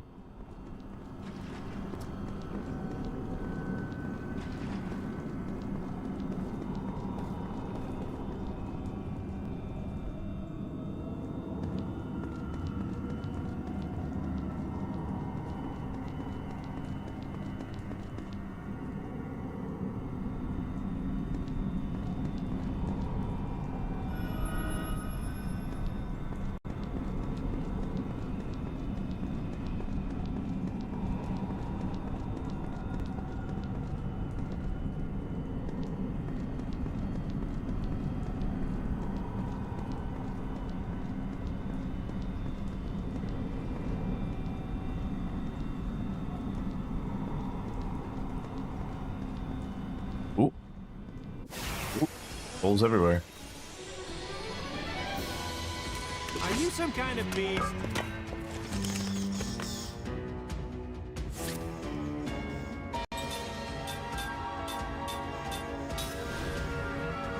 I'm out of here.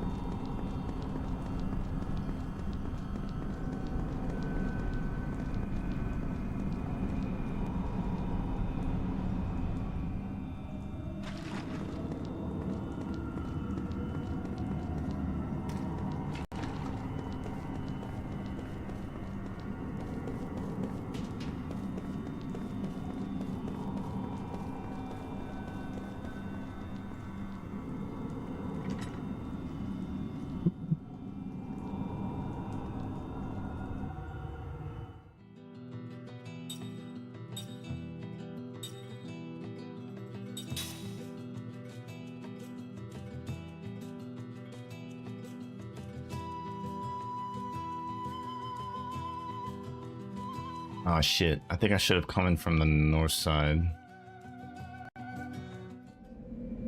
Yeah. Because that's where the boss was, and that's where the seal is, I think. Rooting for Super Mario RPG Lufia 2 or Arkham Asylum in next race if next race is those games.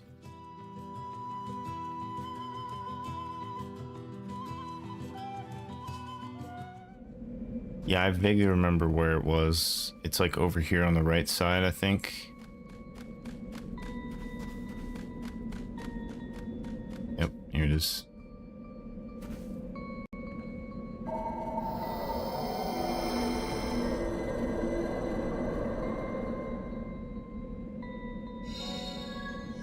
Quad element charm.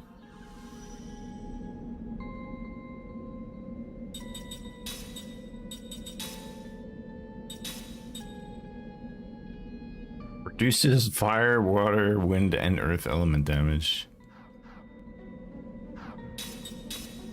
Oops.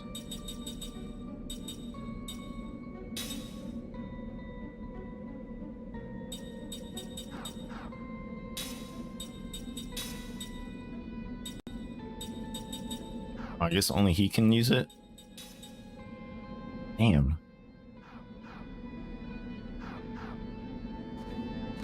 That's a pretty good charm. You need royal equip skill. Hmm.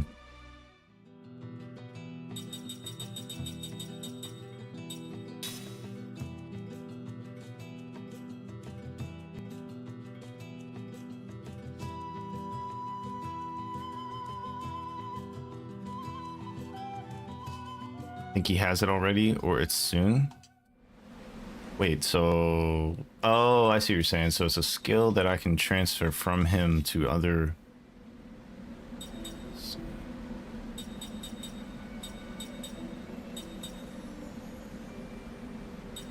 Nah, it doesn't look like I have it yet.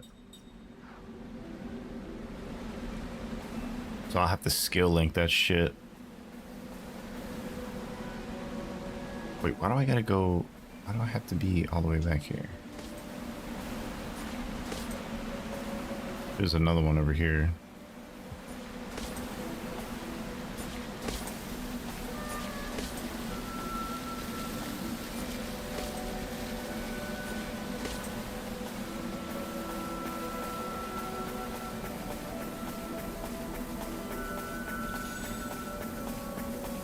Let me save, because I haven't saved in a while.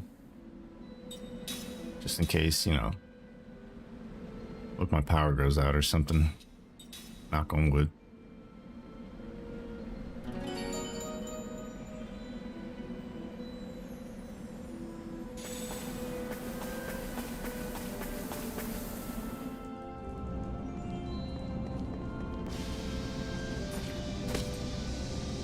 Oh, shit. That was crazy.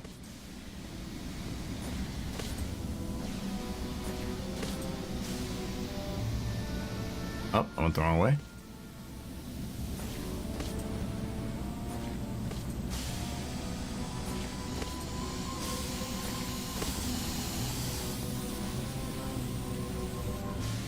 Oh, I wasn't paying attention. Damn it. This way, right? Yeah.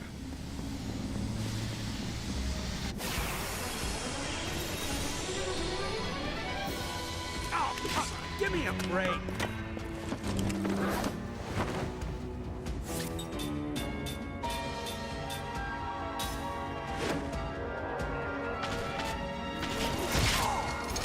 I'm out of here.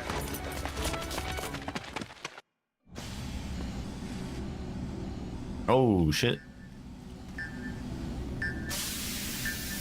I'm stuck.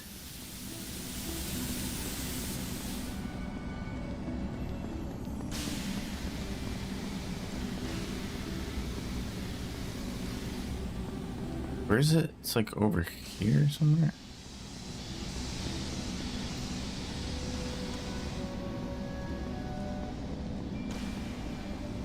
I was in this area.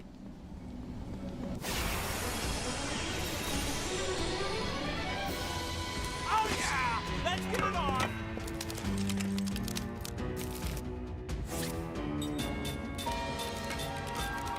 I probably should just be killing these easy things with the double SP that I get from said. Just easy shit, easy SP.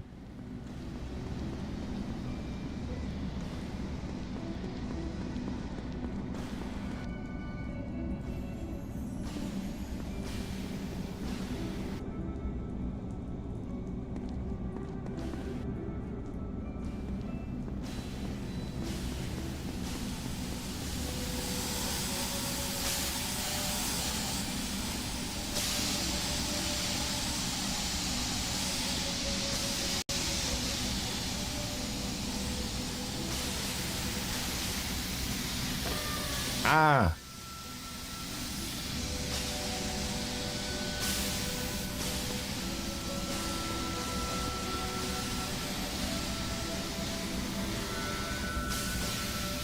Where do I go?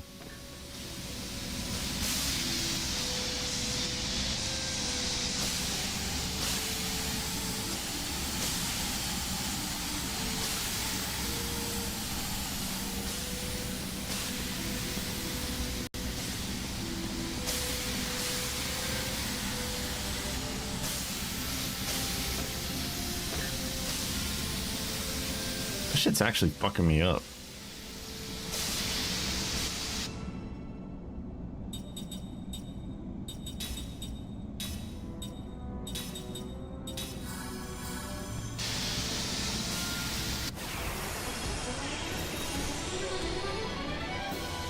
No, look out!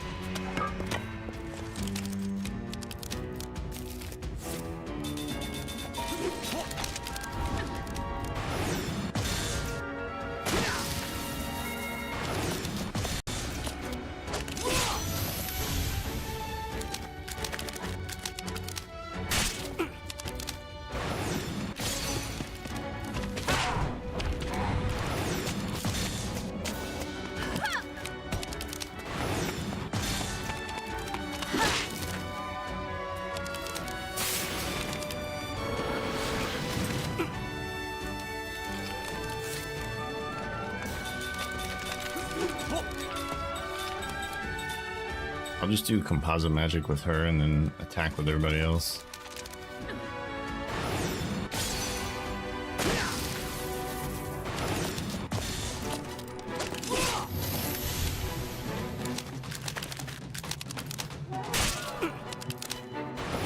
Taking a lot longer than I wanted it to.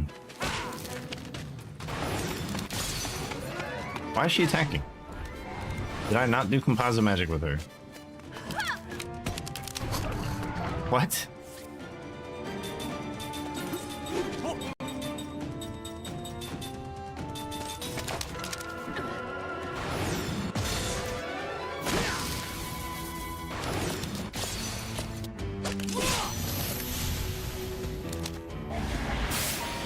Great.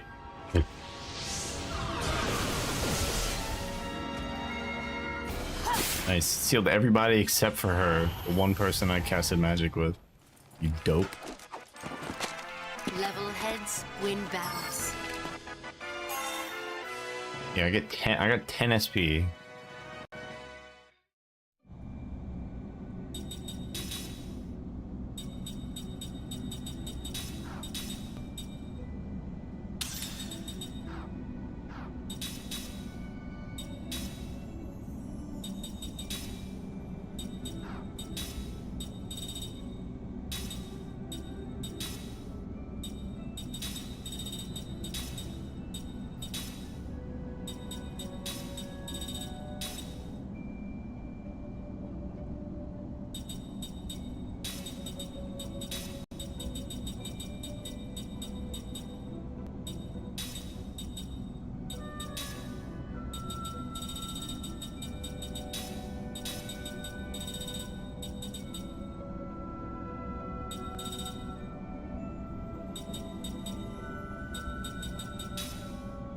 It just gives me more and more, so just stacking slots.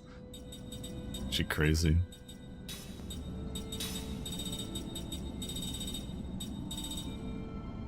He's got so many now, I don't even know what to fucking take.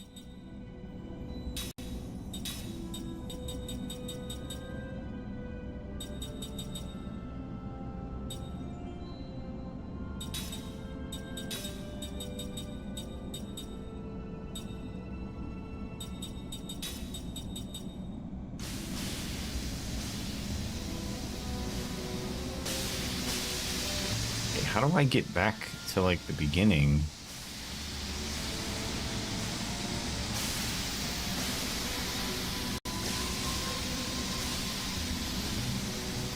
Ah, here we go.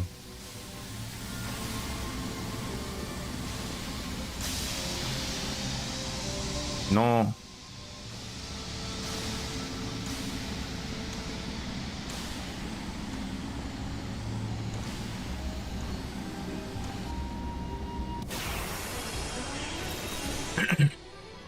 Let's take him down.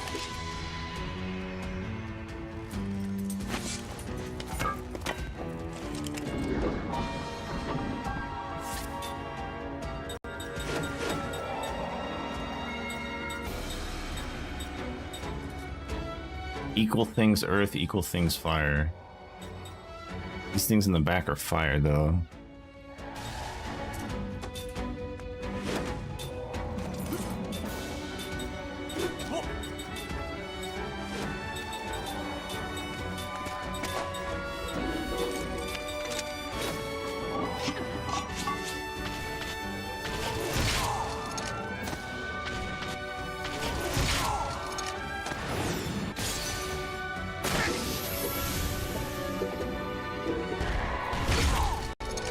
Damn, they don't like set at all.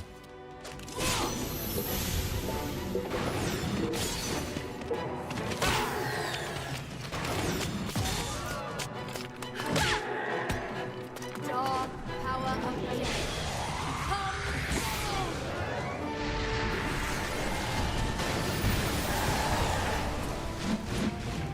Oh.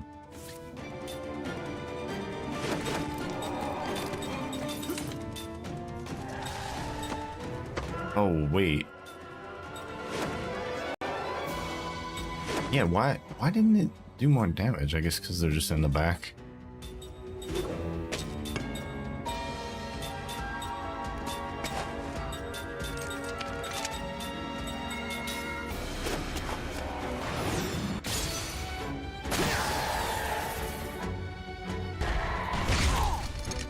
Like said.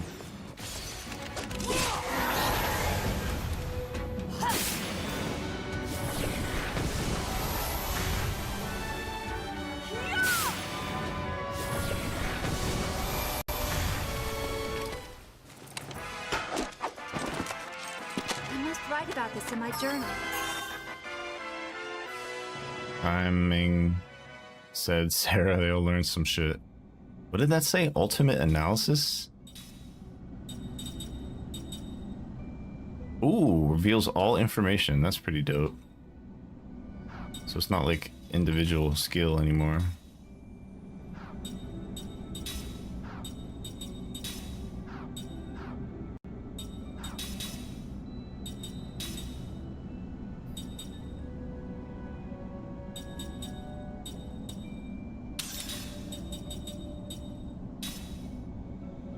Fuck. Wait.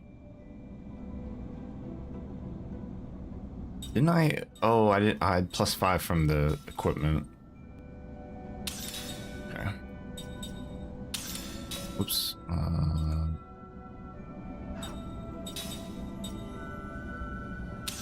That one. 3. So I have to give him the +5. Yep. Fucking cat set all these again. Auto shield.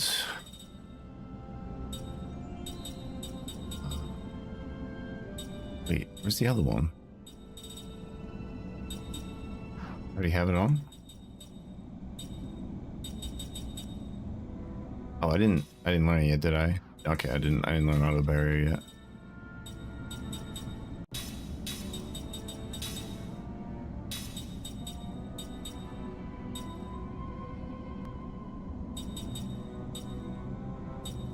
Give them all resistance ups.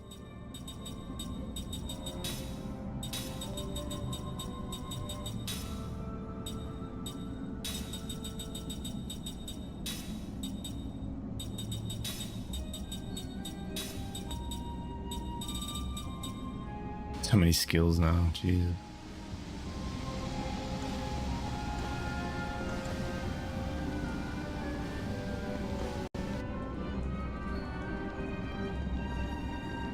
Pretty sure this is where it is.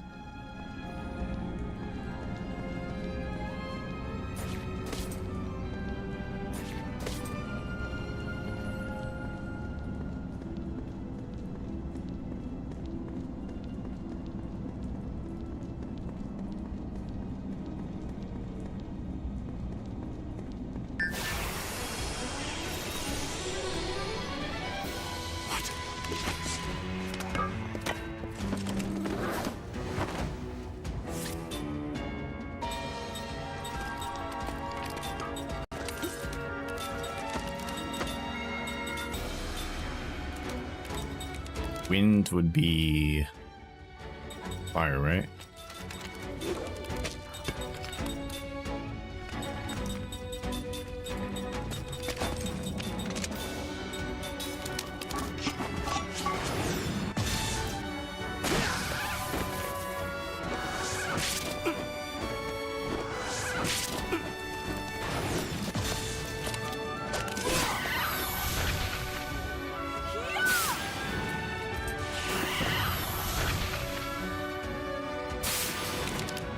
Just don't do... I was gonna say, just don't do Ming. It's so annoying.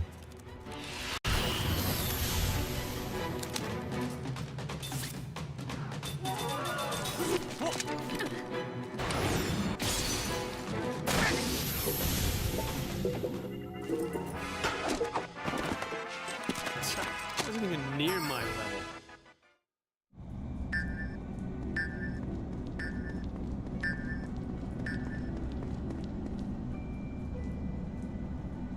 God, finally.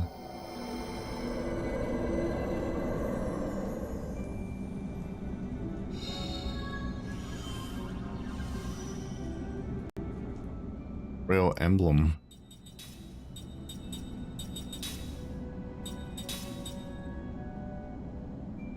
Ooh, always have barrier in effect. Good. I wish there was like an escape rope in this game. Get me out of this cave. I don't think I can go this way, but... Oops.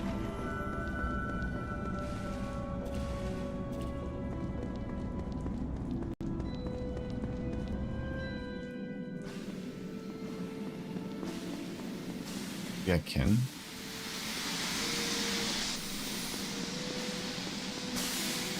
Nah, because this... I think this was into one of the cities.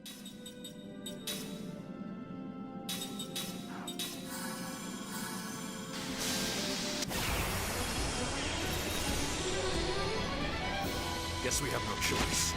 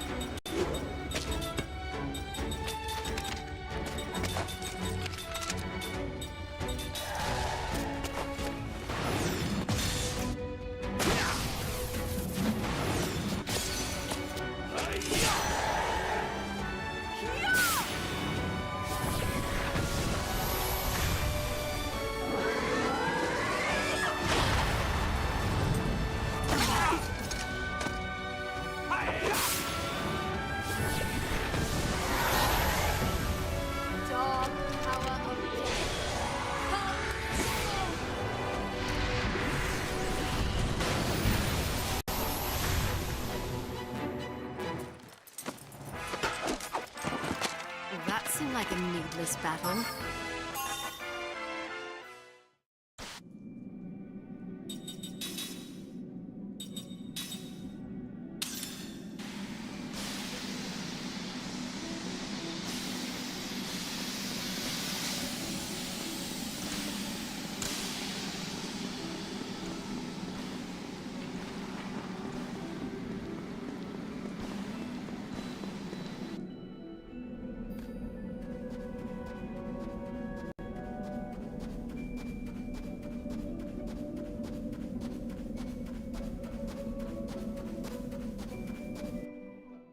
Oh, nice. All right, cool. I'm actually going to save here and end. Be back later, though.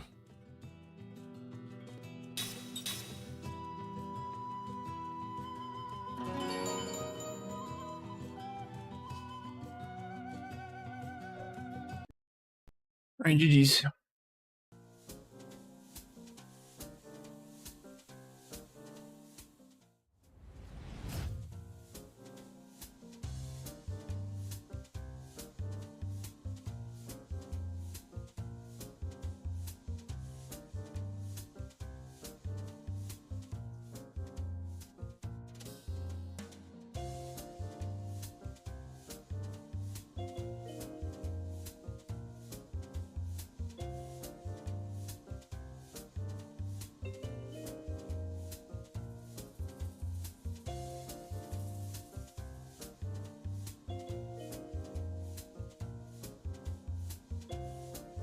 Yeah, for now. I'll be back later though, Nina. Somebody's actually playing this game. Actually, a couple of people playing this game. Oh, this person is not speaking English.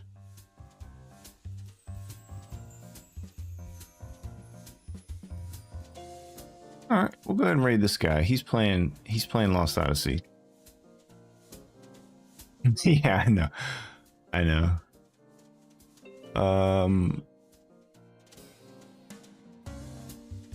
Damn, everybody dipped right before I'm about to raid. Okay, drop you guys on him. Alright, I'll be back later. Yeah, GG's everyone. Peace out.